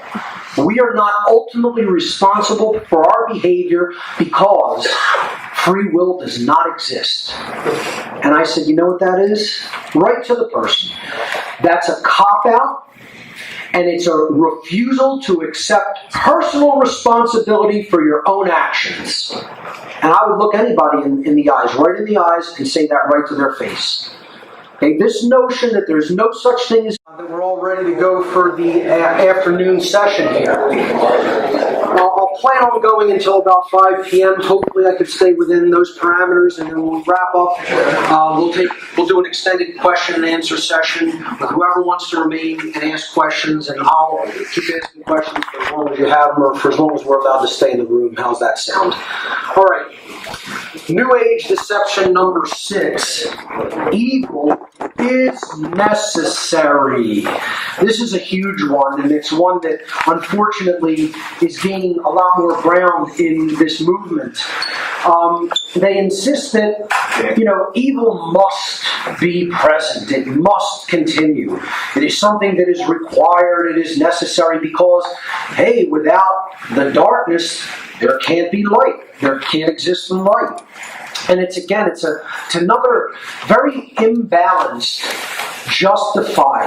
justification. It's something that is there to justify what is going on in our world and get people to accept it, to stand down from taking any action that will create real and positive change and get them to stand down from doing that work. Okay? So it's a big mind control technique for people to believe that an extreme imbalance, which is what evil really is actually required. And what this is a twisting of a natural law that is about balance and rhythm. This comes from a perversion of what I would call, and what many teachers have called, the law of rhythm, or the law of compensation. And that does have to do with polarity, a shifting of energy, a blending of energy, which I'm going to get into. But this concept that evil is necessary is a perversion and an extreme, imbalanced variant of that original teaching about rhythm and compensation. So this also justifies behaviors like, well, I'll just go out and pick the lesser of two evils. When really, evil works for the same cause, the same goals. It's on the same side. There is no such thing as the lesser of two evils. That's a myth and a joke in and of itself in its own right. Evil is evil.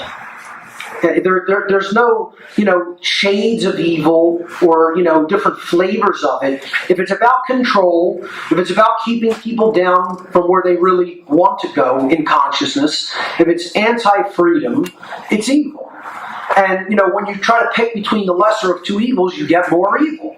It's like saying, what flavor of slavery would you like to endure? Well, there's no such thing as just a little bit of slavery. Okay? Like there's no such thing as just a little bit of evil. It's either evil or it's not evil. Okay? So this idea that there's, different flavors of evil or, different extremes, it's one polarity. Okay? And it doesn't need to exist in this level of imbalance. This teaching is ultimately bullshit and should be rejected. Evil is not necessary and we shouldn't tolerate it. The toleration of evil is not an enlightened position, regardless of what some New Age teachers will tell you. No one should be tolerant of evil. Okay? That's called stupidity. That's called not having enough self-respect to understand you shouldn't be a subject or a slave of evil. And actually having enough self-respect to understand that you should be involved in the battle against evil to help to eradicate it. Evil should never be tolerated. And again, this comes from a couple of false teachings and false understandings that are unfortunately propagated. One of them is a false notion of polarity. Now, polarity does exist in the world. It's not an illusion, okay? There are different sides to things. There are different extremes. There are different polar aspects. But when you really dig deep into polarity, yes, at some level, at some unified level of consciousness, it's one thing. And then there's just extremes between those one thing. Again, this is what the law of rhythm and compensation discuss in some deeper level spiritual teachings. So here we see what people would consider polarities within consciousness. Yang or masculine energy, yin or feminine energy. They've been described as solar and lunar. Free will is a complete deception, and it's part of the tolerance for evil deception that is propagated by the New Age community. We're not automaton robots or puppets on strings.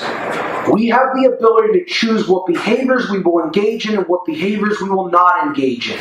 Short of automated body functions like breathing. Okay? Obviously, you don't have free will. Well, actually, you do, because you could off yourself and you don't have to continue to breathe. But, I'm talking about behaviors that you engage toward other people. You're fully in control of those things.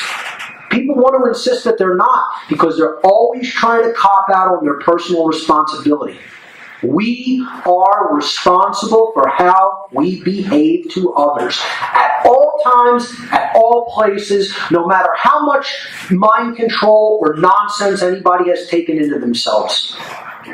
That's still ultimately our responsibility.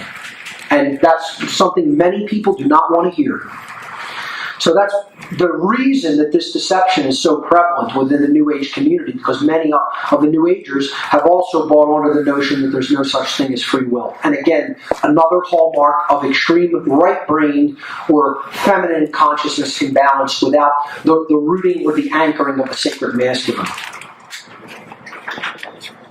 Only evil itself would ever try to convince anyone that its existence is necessary. The idea that evil is necessary is nothing more than a coward's justification for sitting back and doing nothing in the face of evil and just allowing it to run amok in the world. And you know what happens to cowards? Cowards get culled at some point. Cowards, this is a farm animal. That's what a cow is. And they're led to slaughter. And the first part of the word coward is cow. An animal that's ultimately going to be led to slaughter.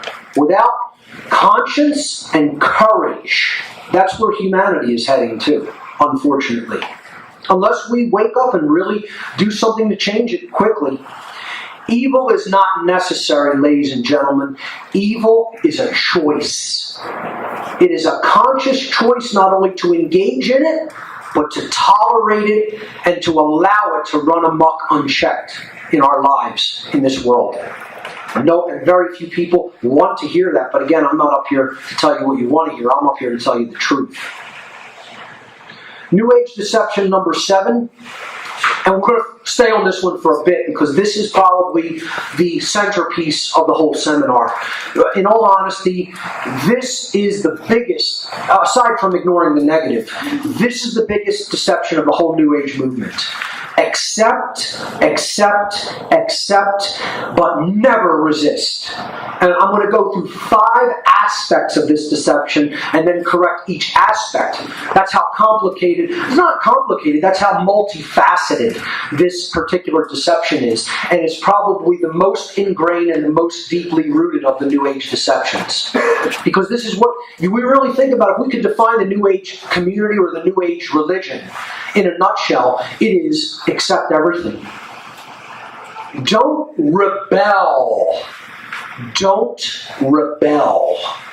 That's the 2 words that you could define as the absolute defining hallmarks of the whole New Age religion. Never rebel. Okay? Because rebellion involves confrontation. Rebellion involves that little magic 2-letter word. No. The most powerful word in the universe, which we're going to get to in this section. Okay? So, we have Bush and Cheney as the board. If people are familiar with Star Trek The Next Generation, I'm kind of a big fan as well. Of all the Star Trek series, really, but TNG in particular. And I'll leave it out later and have Obama as a board in the future slide. So, they're telling you resistance is futile. For people who don't know this reference, the Borg is an advanced collective alien species that goes along out in the galaxy and they assimilate all other races to service their own technologically based culture. They're like a beehive that roams the universe and takes everybody into the hive mind. In a nutshell, that's what the Borg are, and they're dressed as a Borg, Bush and Cheney there. So let's look at some aspects of this deception. And again, this is the defining hallmark of the whole movement, which is about getting people to stand down. I like to call the New Age religion the religion of standing down. And that's the dynamic that is all about the suppression of the masculine instinct and the masculine energy. Okay? So the first part of this deception, or aspect of it, is the abuse of meditation and yoga. Now, this is not a blanket statement and me telling you all forms of meditation and yoga are bad, because they should be practiced. There are many beneficial qualities to meditation and yoga, many different aspects of them as well. I'm not here to specifically break down all different kinds of meditation and yoga. I want to talk about how the New Age community is using these spiritual practices in a non-spiritual way. And then I want to offer insight into what the actual correct overall usages of these practices really for in the correction section. Okay? Let's start with how the New Age movement is currently getting people to use these practices. The New Age movement has been twisting these spiritual practices into means to take people's minds off of the fact that we have been enslaved, and to make it easier for people just to accept their current situation, their current condition, and the condition of the world as their lot in life. So again, they're using these practices to get people to say, this is just the way things are, and it's the way things must be and will always be, and we need to accept it and stop thinking about rebelling against that which is, and slavery is just that which is. See, that's never spoken like that, but that's the implication.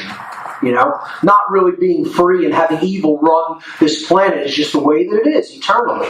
So what we can do is we can make ourselves calm about that through the abuse of meditation and yoga. It's all about keep calm and stand down. Don't actually do anything to create real change. Okay? Just do this so you can deal better with your slave job. So you can deal better with the conditions of injustice that are all around us. You know? And it's a complete abuse. There's a correct use, and then there's an abuse, as can be done with any practice. That's the first part of the deception of never resist. Accept everything, never resist. The second part, don't ever react to anything. This is a big thing that is taught in New Age circles. Only observe, never react. Okay? So what this really translates to, it doesn't, see, when they say never react, they're not really meaning don't react. They're saying the words don't react because people hear that, as, well, we shouldn't be in reactive mode. But really what they mean is don't act. That's how it comes across in the translation in most people's minds. Telling somebody you should only be an observer of what's going on and never actually be involved. Ladies and gentlemen, life's not a movie that's playing on a screen in your mind. It's actually happening. There are real objective realities that are occurring. You're not an observer of a movie called life. Okay? What that is a coward's way of living life. Never being actively engaged in something. Alright? So they say never try to take any action to try to change the things that are wrong with this world. Again, I heard a New Ager say the other day on some radio show that I was listening to on an alternative media show. You're not here to change the world. You're here to be changed by the world. Well, I won't deny the part, yeah, we are here to be changed by this world, but then we're here to get involved and change it by an act of our will. And anybody that doesn't think that, they're wrapped up in an illusion. We are here to change this place. And the thing we are here to change and end is slavery. That's what the spiritual warriors of this world came here to do. And 95 to 98% of them got knocked off their course. They got knocked off their mission as a spiritual warrior. Because they totally went into a state of total feminine imbalance. And I'm not attacking the sacred feminine. That is the non-aggression principle and is